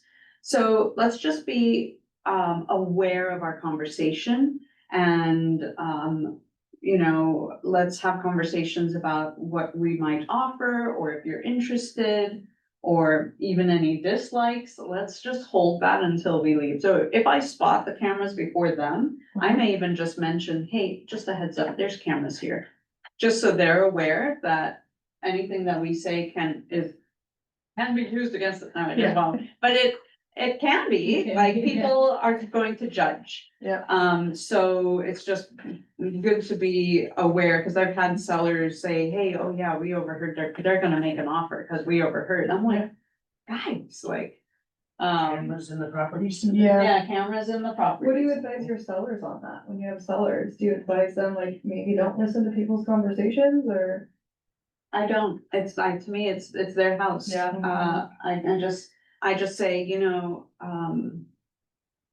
I don't actually, if it's for their, security, for their protection, I think buyer beware. You're Yeah, walking fair. into someone Fair. else's home, someone else's domain, and that's where I think it gets important to like just, guide your clients. So I have one note on what I tell my clients. If you're going to be recording, I think it's important that we put a sign on your door that says that there is active recording going on in this property. Put it right on the door, Yeah. so that the buyers are advised Mhm. and that they can't get upset that they're being recorded without their knowledge. That's fair too. Yeah. So I have a conversation with my clients on the buyer side and I say, here's the thing. We're always being recorded. Just assume, no matter what, we're being recorded. So if you have questions or thoughts about the property, wait till we're gone. And then we'll go over them together. We don't talk about it in the property because we don't know if we're being recorded. On the seller side, if we're recording, I want a sign on the door that says buyer beware. Yeah. Recording is active and live. And then if they say something stupid, Yeah. that's their own stupid fault. Yeah. Yeah. And listening devices like the Alexa stuff or Mhm. baby monitors. So I just tell my buyers, just assume every house has them. Just be careful what you say in there because I assume every seller is listening. Absolutely. Yeah. Especially those paintings with the eyes that move. Gotta be careful with those. Yeah. Any other ahas or questions about today? Cameron, any thoughts? No, all the material's new for me, so it's all just one big aha. But it is Drinking good. from the hose. I'm definitely walking out of this with a lot more confidence. I have a buyer consultation tomorrow, so that's gonna be fun having that confidence. Thank you. You won't have your buyer's thing out of command yet, probably, but you could take notes, I think, from your manual. I mean, I know what's on the slides, but hopefully there's stuff in your manual that you can maybe create something or just keep those really handy or think, not memorize, but just Yeah. have them at the top of your mind when you Yep. sit down to meet with them. Absolutely. On page 14 and 11, you guys have a buyer's need analysis. Yep. So that's always nice. And then you learn from Will, the LP Pop Mama or whatever. LP Mama. Yeah, LP Mama, thank you. I'm like, the mamas and the papas. I'm like, gosh darn it. How about here in the room? Any thoughts or any burning questions or things that you wanna know? Where do we need to fill in the gaps? I mean, to me, it's just going out and implementing things and seeing how my buyers respond to the things that I'm implementing. Absolutely. It's like, and I also like the fact that, look, lean in on the buyer's need analysis when you're asking questions. One thing I don't think we covered here was, ask 3 questions deep. Like, ask, why is that important to you? And you just continue to go deeper and deeper, like, why is having a ranch home important to you? Or why is having an ADU, an additional like an additional dwelling or like an additional room on the main floor important to you? Oh, because my Older mom, parent. like an older parent is coming to live with us, or maybe it's this, or why do you need this? Oh, because it reminds me of this or whatever. Usually there's like a deeper reason for why people need to, why do you need to live in this certain part of town? Or why are you avoiding this area? Like, what's important to you about that? I love to say like, what is important to you about that? Tell me more. And that's digging deeper, going deeper. And that way, just like when you're digging down for their motivation, like really, what is okay, sure, you need to move, or maybe you'll move if you find the right place, but why is that important to you? And then just shut up. We tend to talk too much. We will just keep talking to fill in the space. It's okay to just stay quiet and just let them answer. That's actually been really valuable for me, because Dara used to give me that feedback, because I was her assistant for years, so she's like, you try to like make people feel comfortable and fill a space, stop doing that, like, stop it. Stop trying to make people feel comfortable, sit there and keep your mouth shut and see what happens, and it's been really valuable. Good feedback. It's good to like, but check your energy against other people's energy. When you are asking the questions and if you're feeling uncomfortable, they feel it. Yeah. They can Oh, I'm spend, not, yeah. well, but you can, if you feel uncomfortable, like holding that silence, you Gotcha. just ground your body and think, I'm here to be their steady hand. Mhm. That is your job. Mhm.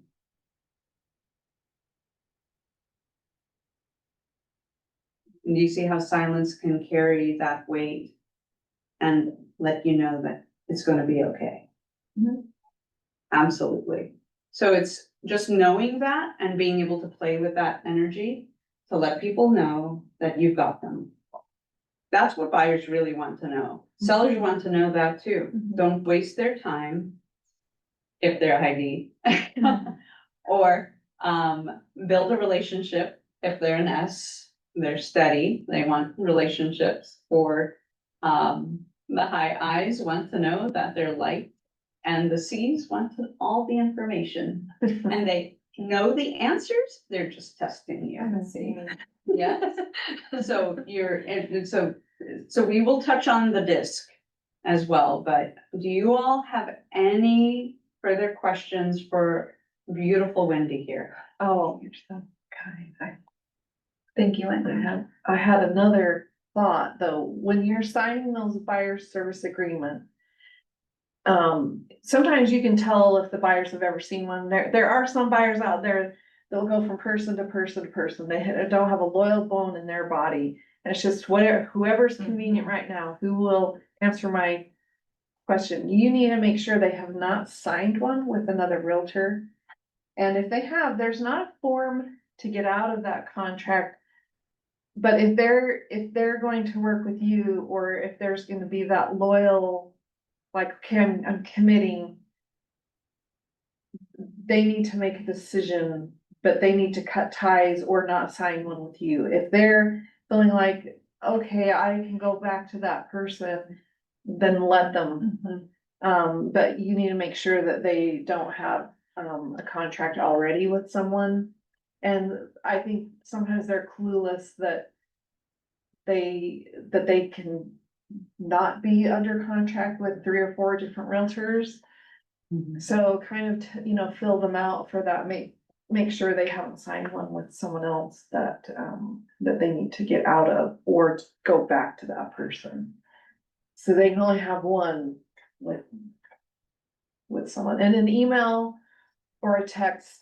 I think an email is probably better than a text for them to just say, hey, I don't need your services anymore, and then have that acknowledged, cause you can get in some trouble with that, but that'll be another class. Yeah. But since I think, or who has a buyer consultation? Cameron. Cameron, yeah, tomorrow, So yeah. that'll be good. We'll certainly be going over some things here, but I wanted to thank you very much, Wendy. I really, really appreciate your teaching and your willingness to share the wealth of knowledge that you carry with you. Thank you. Fun things, Wendy. Thank you so much. Can we give her a hand, guys? Thank you. Thank you. Thank you, my Appreciate the friend. opportunity. All right, And good luck. for those of you that are on Zoom, I want you guys to hang on because I want to check in with you guys and do your check-ins for how are your calls, how's everything going, and your connections.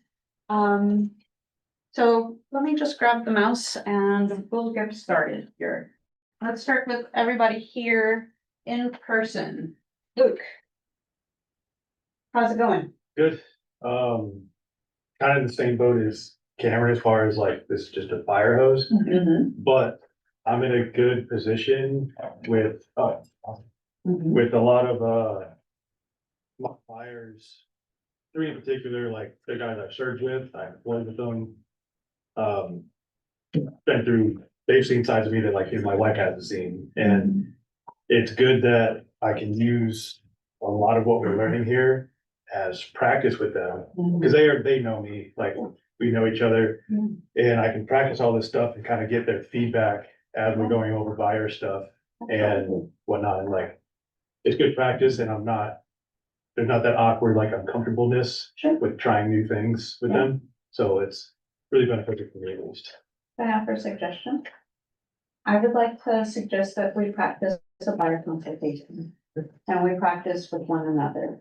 So any of you guys, if even on Zoom, like, we can make this happen. I'd like to set up where we do like a virtual buyer consult.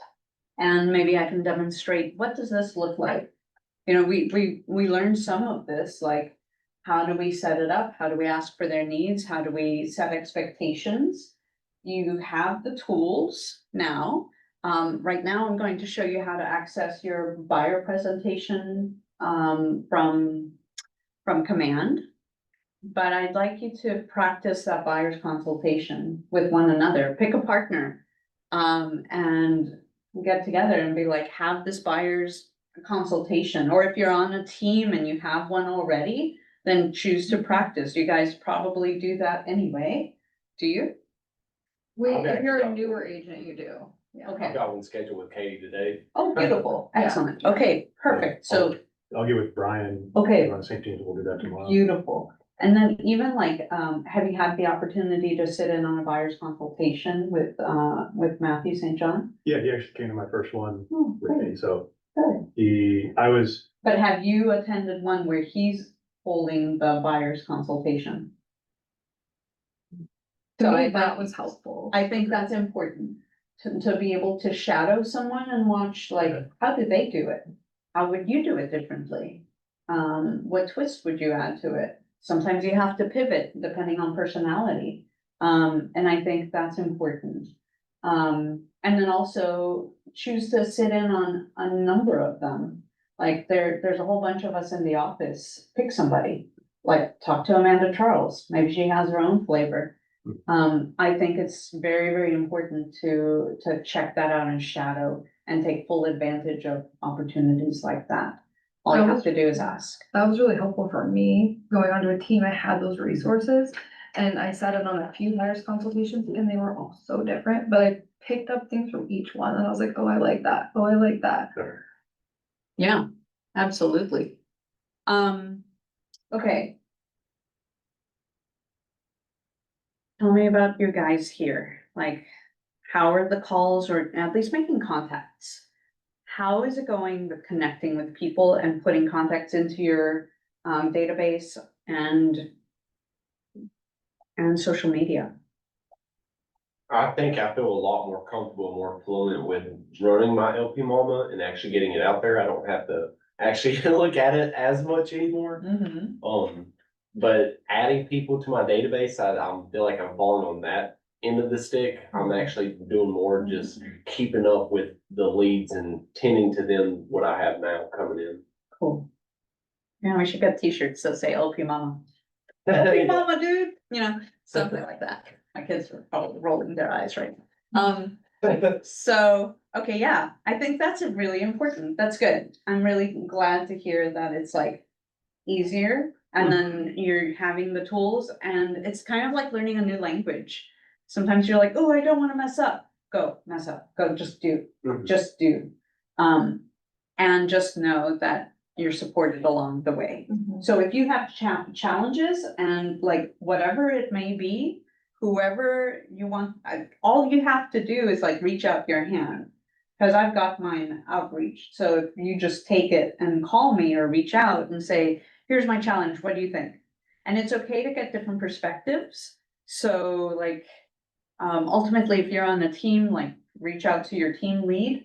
But if your team lead's not available, reach out to Brian and I. That's what we're here for. We can offer like a different perspective or, but ultimately, yeah, like just go through that chain of command potentially, right? Okay, how about you guys on Zoom? How's it going?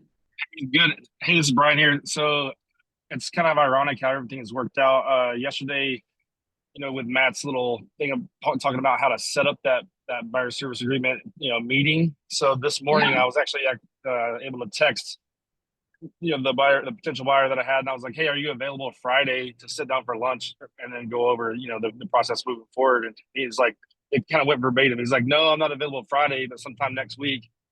And so we were able to nail down Tuesday to set it up. And then today going over some of the questions for that, I was able to sit down and make an Excel spreadsheet of some of the stuff that I wanted to ask.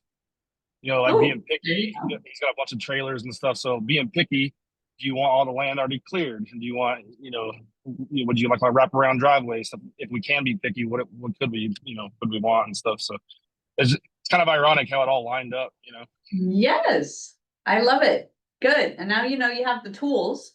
It's in your book where you can ask questions, but then also how to qualify them with the LP Mama.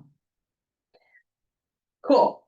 All right. Now I really want to drill down. Yes, yes, no, no, whether or not have you made your calls and what challenges you've come across. Holland. Hi, Holland. How's it going? Hi.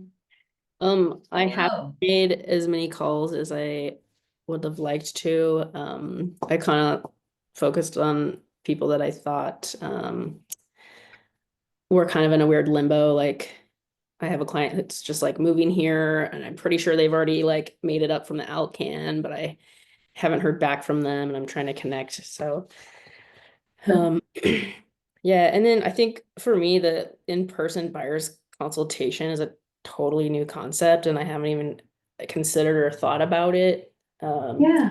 I feel like sometimes I have folks, because Homer brings a lot of tourists in too, so I have people that are like, "What can you show us this tonight at 5?" So, or like quicker turnarounds for showings. So it's often just kind of doing a little bit of that over the phone, like that qualifying and seeing if I can help them, with lending or anything like that. And then, but I do like the idea of like getting in front of them and kind of starting to form more of a relationship in person first. Absolutely. And I can totally relate to that, where sometimes it's like, oh, time is of the essence. We got to go take a look at Mhm. this property. And then I'll actually tell them once I meet them in person, hey, you know what? I want to make sure that I better understand your needs and your goals. Can we get together for a cup of coffee or come to my office? I just would love to sit down with you for just a little bit and just chat so we can talk about strategy moving forward, and make sure that we set you up for success. I was kind of afraid that like doing that in person would like drive some clients away that might not be totally ready, but at the same time, maybe that's okay. But also then, then you're not really like fostering a So remember, relationship. what are you feeding in here? What are you feeding in your mind Mhm. will be translated out your body. Right. So Right. you're not selling them something, you're coming from curiosity. Mhm. You're saying, this is what we're going to do. You are the guide. You are the teacher. You are the educator. You're the one saying, I'm here to guide you through this process. Mhm. Let's get together so I can better understand what your needs are. And then stop talking. Can we meet tomorrow at 9 a.m.? And especially if they're first-time home buyers, or if they're not, it's important because you need to be able to move forward. But I get it. Sometimes things happen fast, and Mhm. especially if we're in a fast market or they have limited time, it's cool. Can you do an abbreviated version of one? Absolutely. Mhm. Needs and wants. Why is this important to you? Can you do it over the phone? Yes, but the power is in person because they can Mhm. feel your energy. Right. You look Yeah. at somebody in the eye and let them know that you care and you just want to make sure you take care of them. That's it. You're curious, coming from curiosity. So just check your limiting belief behind it. Totally. That's where I would challenge you. Okay. Are you going to stay comfortable or are you going to step out and know what your value is and why you're offering at Holland? Mm-hmm. You got this. Thank you. You're a gentle soul and detailed and a sensory. I remember you saying you're very energy sensitive. Mhm. So check your energy before you put it out there. Right. Okay? I have one other thing that I have kind of wanted to lean in more to, and I'm just because I'm down here, sometimes it's hard. So I don't know if this is possible or if there'd be other people up there interested in like getting together, and I'd totally make the trip up there for this, but to actually sit down and work on the smart plan stuff and see what it's like Yeah. to kind of transfer your leads into a smart plan. Heck yeah, absolutely. We'll make it happen. My goal, so this is my, I've taught Ignite bits and pieces. I came up as like a guest teacher facilitator in past years, but this is the beginning of me stepping into this role where I want to bridge that gap of like, where are the holes? And where do we need to help you patch them or seal them up? So yes, I definitely want to do that. And I could totally talk my family into a trip down to Homer. I'd go to Homer, I'd be like, so, but we'll figure it out. I think that's important for us to do kind of a session like that. So yes, okay, so you got it. Let me work on it. I'm gonna add it to my checklist, okay? Awesome.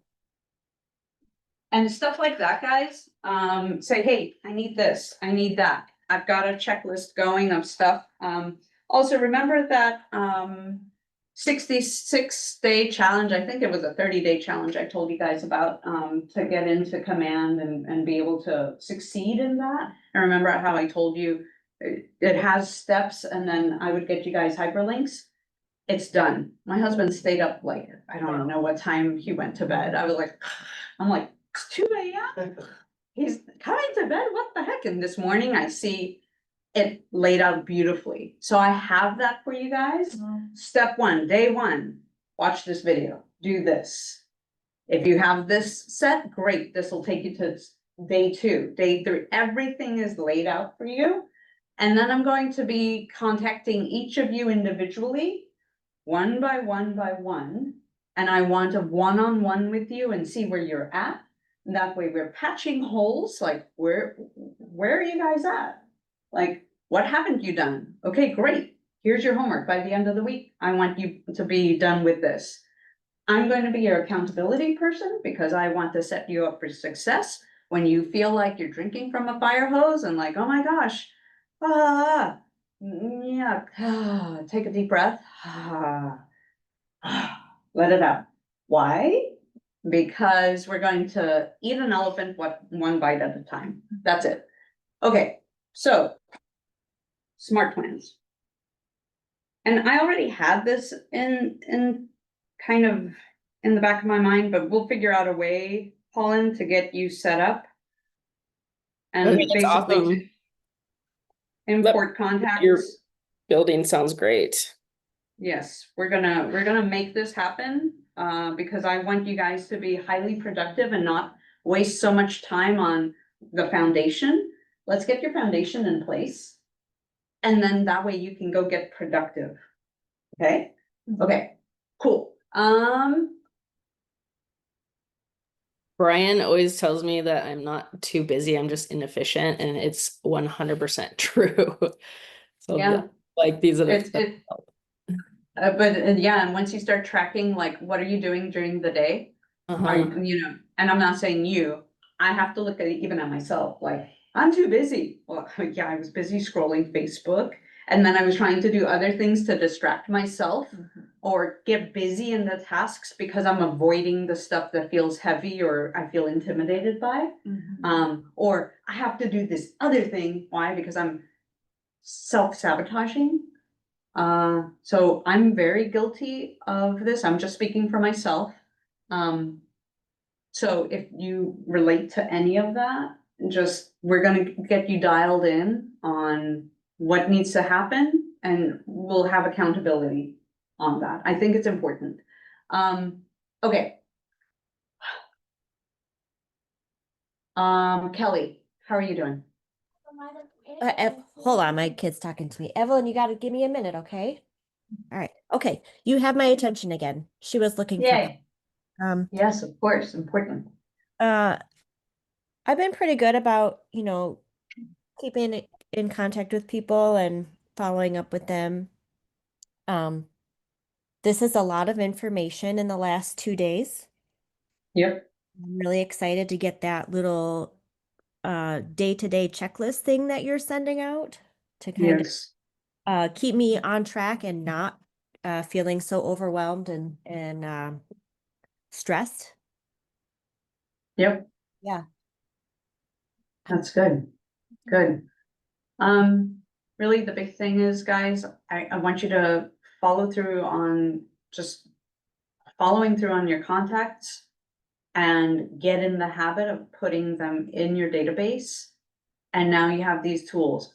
That is your number one. That's what I want you to focus on. Everything else, I'll help you button up as we need to. Okay, so, Cameron, how are you doing?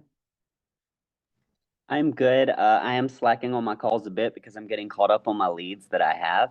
And it's good for me to be mindful of that so that I can, start a pattern of practicing that now, getting started, instead of having to do it a year down the line. Perfect. Okay, great awareness. Thank you. Arian, checking in with you. Okay, I am doing my calls and trying to keep up. I've also got kind of going simultaneously my other job training sessions going on with some things we're working on. So I'm kind of trying to juggle both right now. But I love the idea, what you just said about what Holland brought up about the smart plan and just some of these systems, even with the tech, like everything that we have available to us in Command, just maybe going deeper at some point with those things, but you already answered, you kind of just said it, getting us on track with the basics, but then we'll catch up with the rest of the stuff later. Absolutely. Your number one is just to make contacts, because in 3 months from now, if I check in with you and I'm like, how's business? And it's not going, then let's take a look at what you did 3 months ago. So your number one job, every single one of you, is to make your phone calls. I'm not going to hold your hand and help you make your phone calls or connect with people. You have to tap into why we're doing this. Why? Drill deep. I really want you to think about this today. Why are we doing this? For what reason? What purpose? How is it going to take care of you? How do you see? Remember, we did a visualization. I think it was day 2. We did a visualization of where are we a year from now? Looking back, look at all you accomplished. Where do you see yourself? What are you doing with the money that you've made? What good can that money do for you? Remember your why. Okay. Real quick intro to Command. I want to be respectful of time. I know we're going over. This will be uploaded on, it is recorded. It's going to be uploaded in the YouTube channel. That is live. I sent you guys the link in our group chat. So all classes are being recorded, but I just want to make sure that you know how to get into this. So here in Command, I'm going to click Command. Can you guys on Zoom see my screen? Yes, we can see it. Okay, beautiful. Thank you for answering me quickly. That means a lot. I'm coming down here to Designs. Okay. So I'm clicking on Designs. Here's stuff that we prepared and sent out.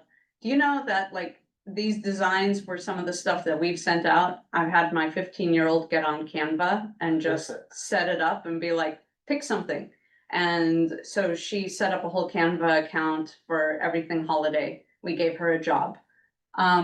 So here, I'm going to go into search and I'm gonna look up buyer. Oh, wait, actually, let's look at creative design. I lied. I was playing with this yesterday. Usually.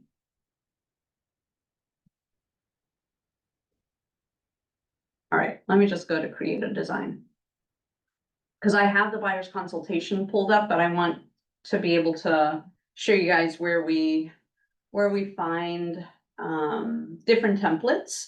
And there's like 4 different copies or styles. I'm just gonna say 4 different styles of buyer's consultations. So here we're under templates, okay?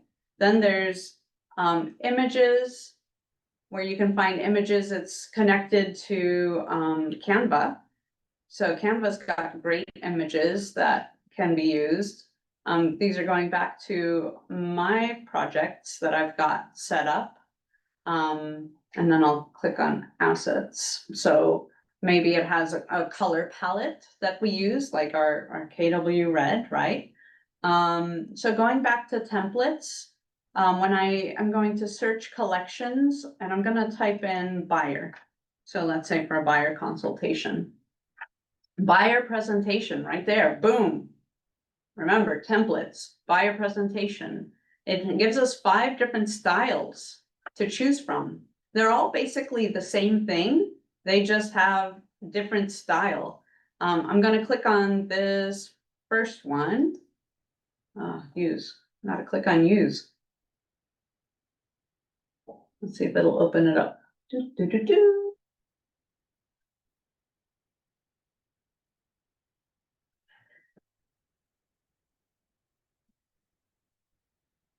So this shows you, it has 30 pages, okay? And your guide to home ownership. I'm actually going to, let's make it bigger so you guys can see it. So here you can put the client's name, so it's you know, very custom to them. Your guide to home ownership, everything you need to know about buying a home. Here, this is where you can actually insert your logo. I have my logos set up. Let's see, do I? I have my own, hold on, images. Oh, mine. Let me go to mine, my assets.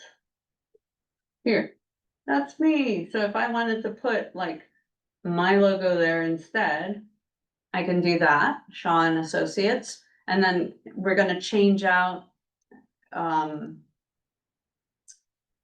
sorry guys, I'm working here with this mouse that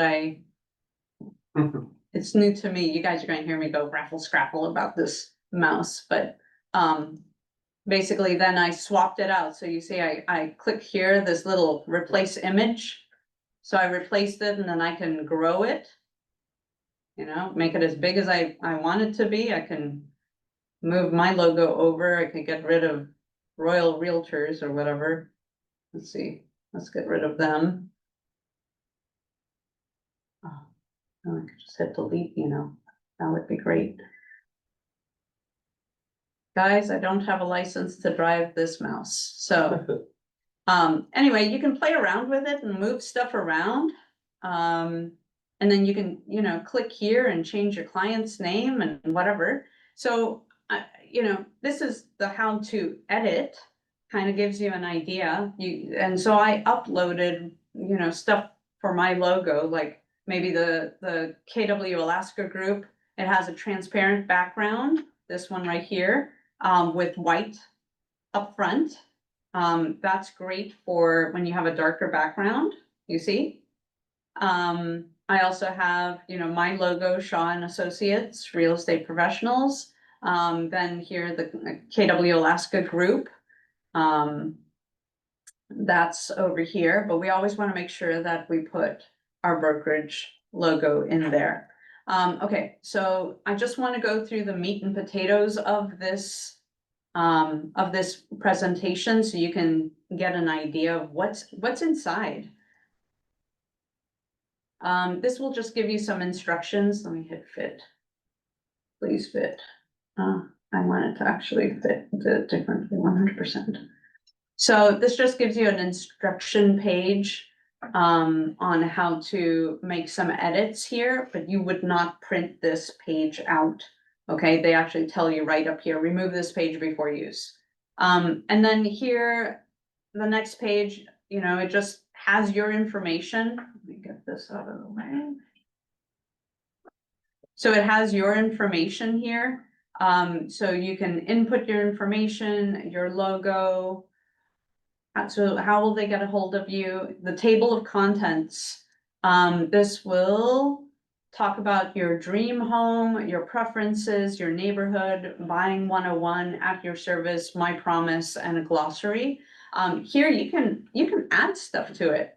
If it's like even buying 101, or maybe you know, what the heck is a mortgage? Whatever, pick a title and add pages to it. And then here, you know, it already gives you verbiage to use. Why it's important to use you. You can change out this image if you decide that you want, you know, an image of a home, or you want a different demographic, that you're, you know, maybe a military family, whatever. Or it's a change of, you know, maybe people are downsizing or upsizing, you know, depending on who your client is, you can make it tailored to them. So anyway, it really helps you out because it has some of these things already input here, and I wouldn't change a lot. Your needs come first. You can tweak it to however you would like it to be. But then just like, this is everything that Wendy talked about, you know, being able to visualize what their dream home looks like. And you can go over this in the consultation, become familiar with it first, and you don't have to read it verbatim. You don't have to be like, for example, what's the one thing that has to happen to make that dream scenario a reality? How can I make that happen for you? Why is that important to you? Remember, we talked about asking like 3 questions deep. Become familiar with this. You can even use this as script practice when you do a buyer's consultation. You know, these are some of the questions you can ask. Drill down, like, why? What's important to you about, you know, buying this home? Or I had one client and she was like 65 and she's like crying because she's like, I've never bought my own home before. I can't believe, I'm embarrassed to say that I'm 65 and this is my first time buying a home and I'm scared. I'm like, oh, I hear you. So I pulled information out of that, hearing she's scared. She needs hand holding. She needs a lot of information. And this is a big milestone for her. So I'm going to encourage her along the way. That's your job. And then here, yeah. So then all of this will help set you up for success. You know, this is building that profile of like the expectations and everything else that was discussed. So Wendy went over all of this, your home wish list. So all of this you can edit, and I'm just going to keep going down because it's really going through your wish list, yada, yada, your wish list, your neighborhood preference. I want you to become familiar with, just print a blank copy and become familiar with it. Become familiar with what kind of questions is it asking, and practice. You can even practice on your kids. Like, hey, let's pretend that you want to buy a house, whatever, practice with somebody. Preferably, you know, someone who has experience, maybe not your kids, but if you just want to get it out there and have fun with it, just do it.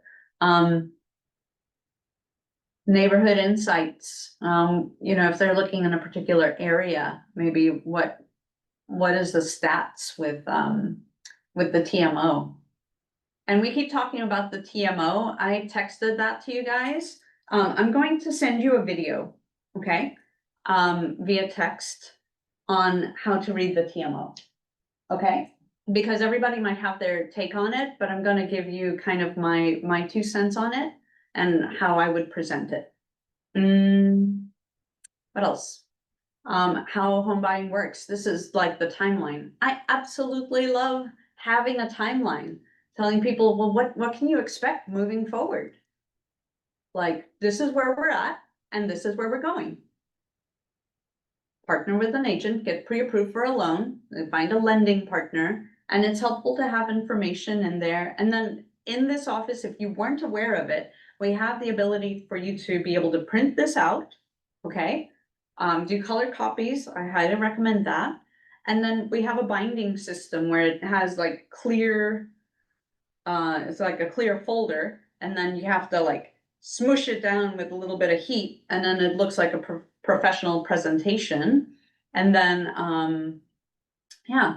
And then, when I got started, I invested in just some plain black, went to Office Depot, plain black, whatchamacallit, plain black, folders.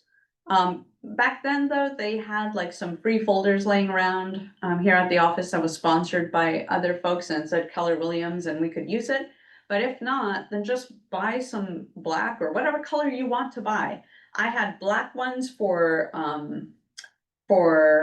buyer's consults and white ones for my listing presentations. And I pre-prepared those in advance and always kept them in my car.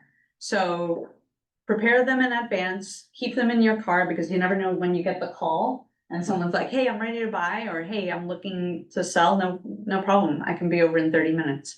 I actually had Nicholas Cox tell me this, that he got a call and that they were like, oh yeah, I was thinking about selling. He's like, great, I can be there in 30 minutes. They said, really? That'd be great. So be prepared. You never know. So, and then how home buying works continued. And become familiar with it, because maybe you're getting education from this. Financing your future. And then also sit down with a lender. Please, please, please, I've said this in the past. Find a lending partner. Anybody who's come and sponsored lunch, or if you have a favorite lender that you want to talk to, who do you connect with? Like, who did you feel connected to? Who do you feel like will take the time to teach you? We've had several here. Lindsay Schramm. We had Katrina Dunn just now. We had Michael Foster, who was here on Tuesday. Yeah, we've had Mel McFarland with Fairway. They've all come. Oh, and Eric Heinrich. He's here in the Anchorage office. So reach out to any of them, whoever you jive with. Like, hey, I'm new. What do I need to know about the lending side? And then what do you think would be helpful to educate people about mortgages? Do you have a handout that you could toss into the folder? It doesn't have to be in your packet, but meaning in this booklet, but sometimes I'll have like a flyer that I'll stick into the folder as well. Okay, what else?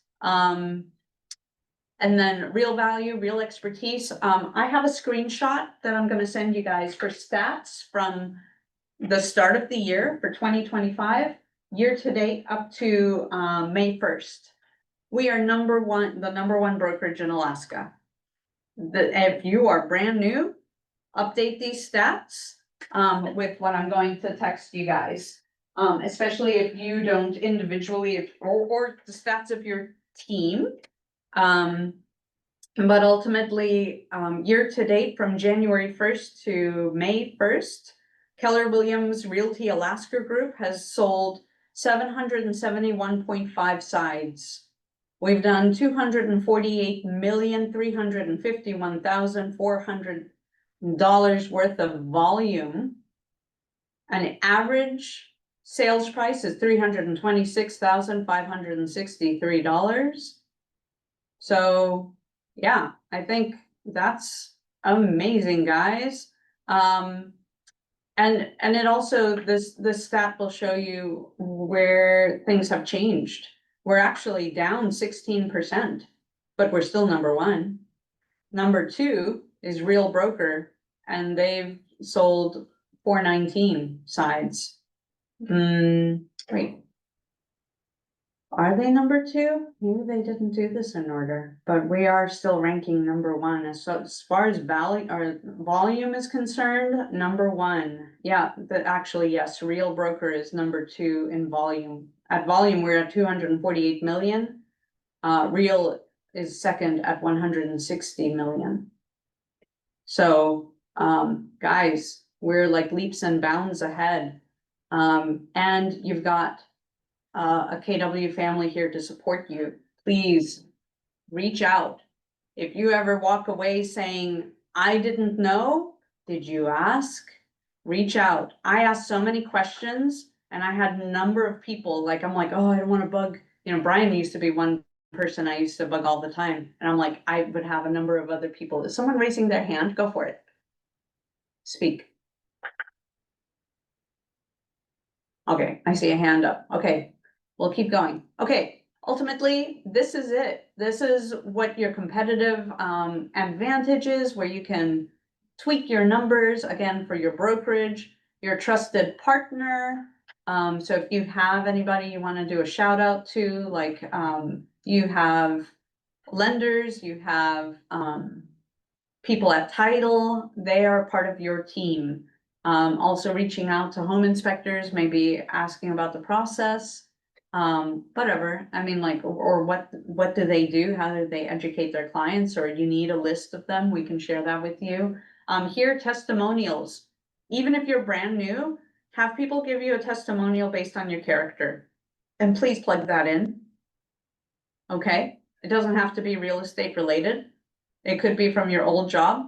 Hey, can you give me a character reference? What would you say about me? Why should people work with me, and what would you tell them? And then plug that in here. Okay. And then a promise to you. In my listing presentation, I put a picture of me here. In a coat, in front of a mountain, with my arms like this. This is me, authentically me, and this is what I'm offering you. So do authentic you, okay? So that's basically it, guys. This is the consultation. This is what you can review on your own. And you can edit pages in or out. This is finding your app. And then at the very end, you know, commonly used terms. Great to have a glossary. And how can they reach you? So make sure you're updating this stuff. And I hope that's helpful to you. Okay? Yes. I'm so sorry. Yes, no. So, okay, so I really appreciate your time, guys. I hope this was helpful. This is just a tidbit of what I want you to be able to look for. Use this tool. Look at designs, be able to look at templates, play around, look for things, and see what you can find and what you can create. And there's nothing to say that you can't create something in Canva and make it your own. This is just a suggestion to use the tools that you have at your fingertips and go from there. Okay?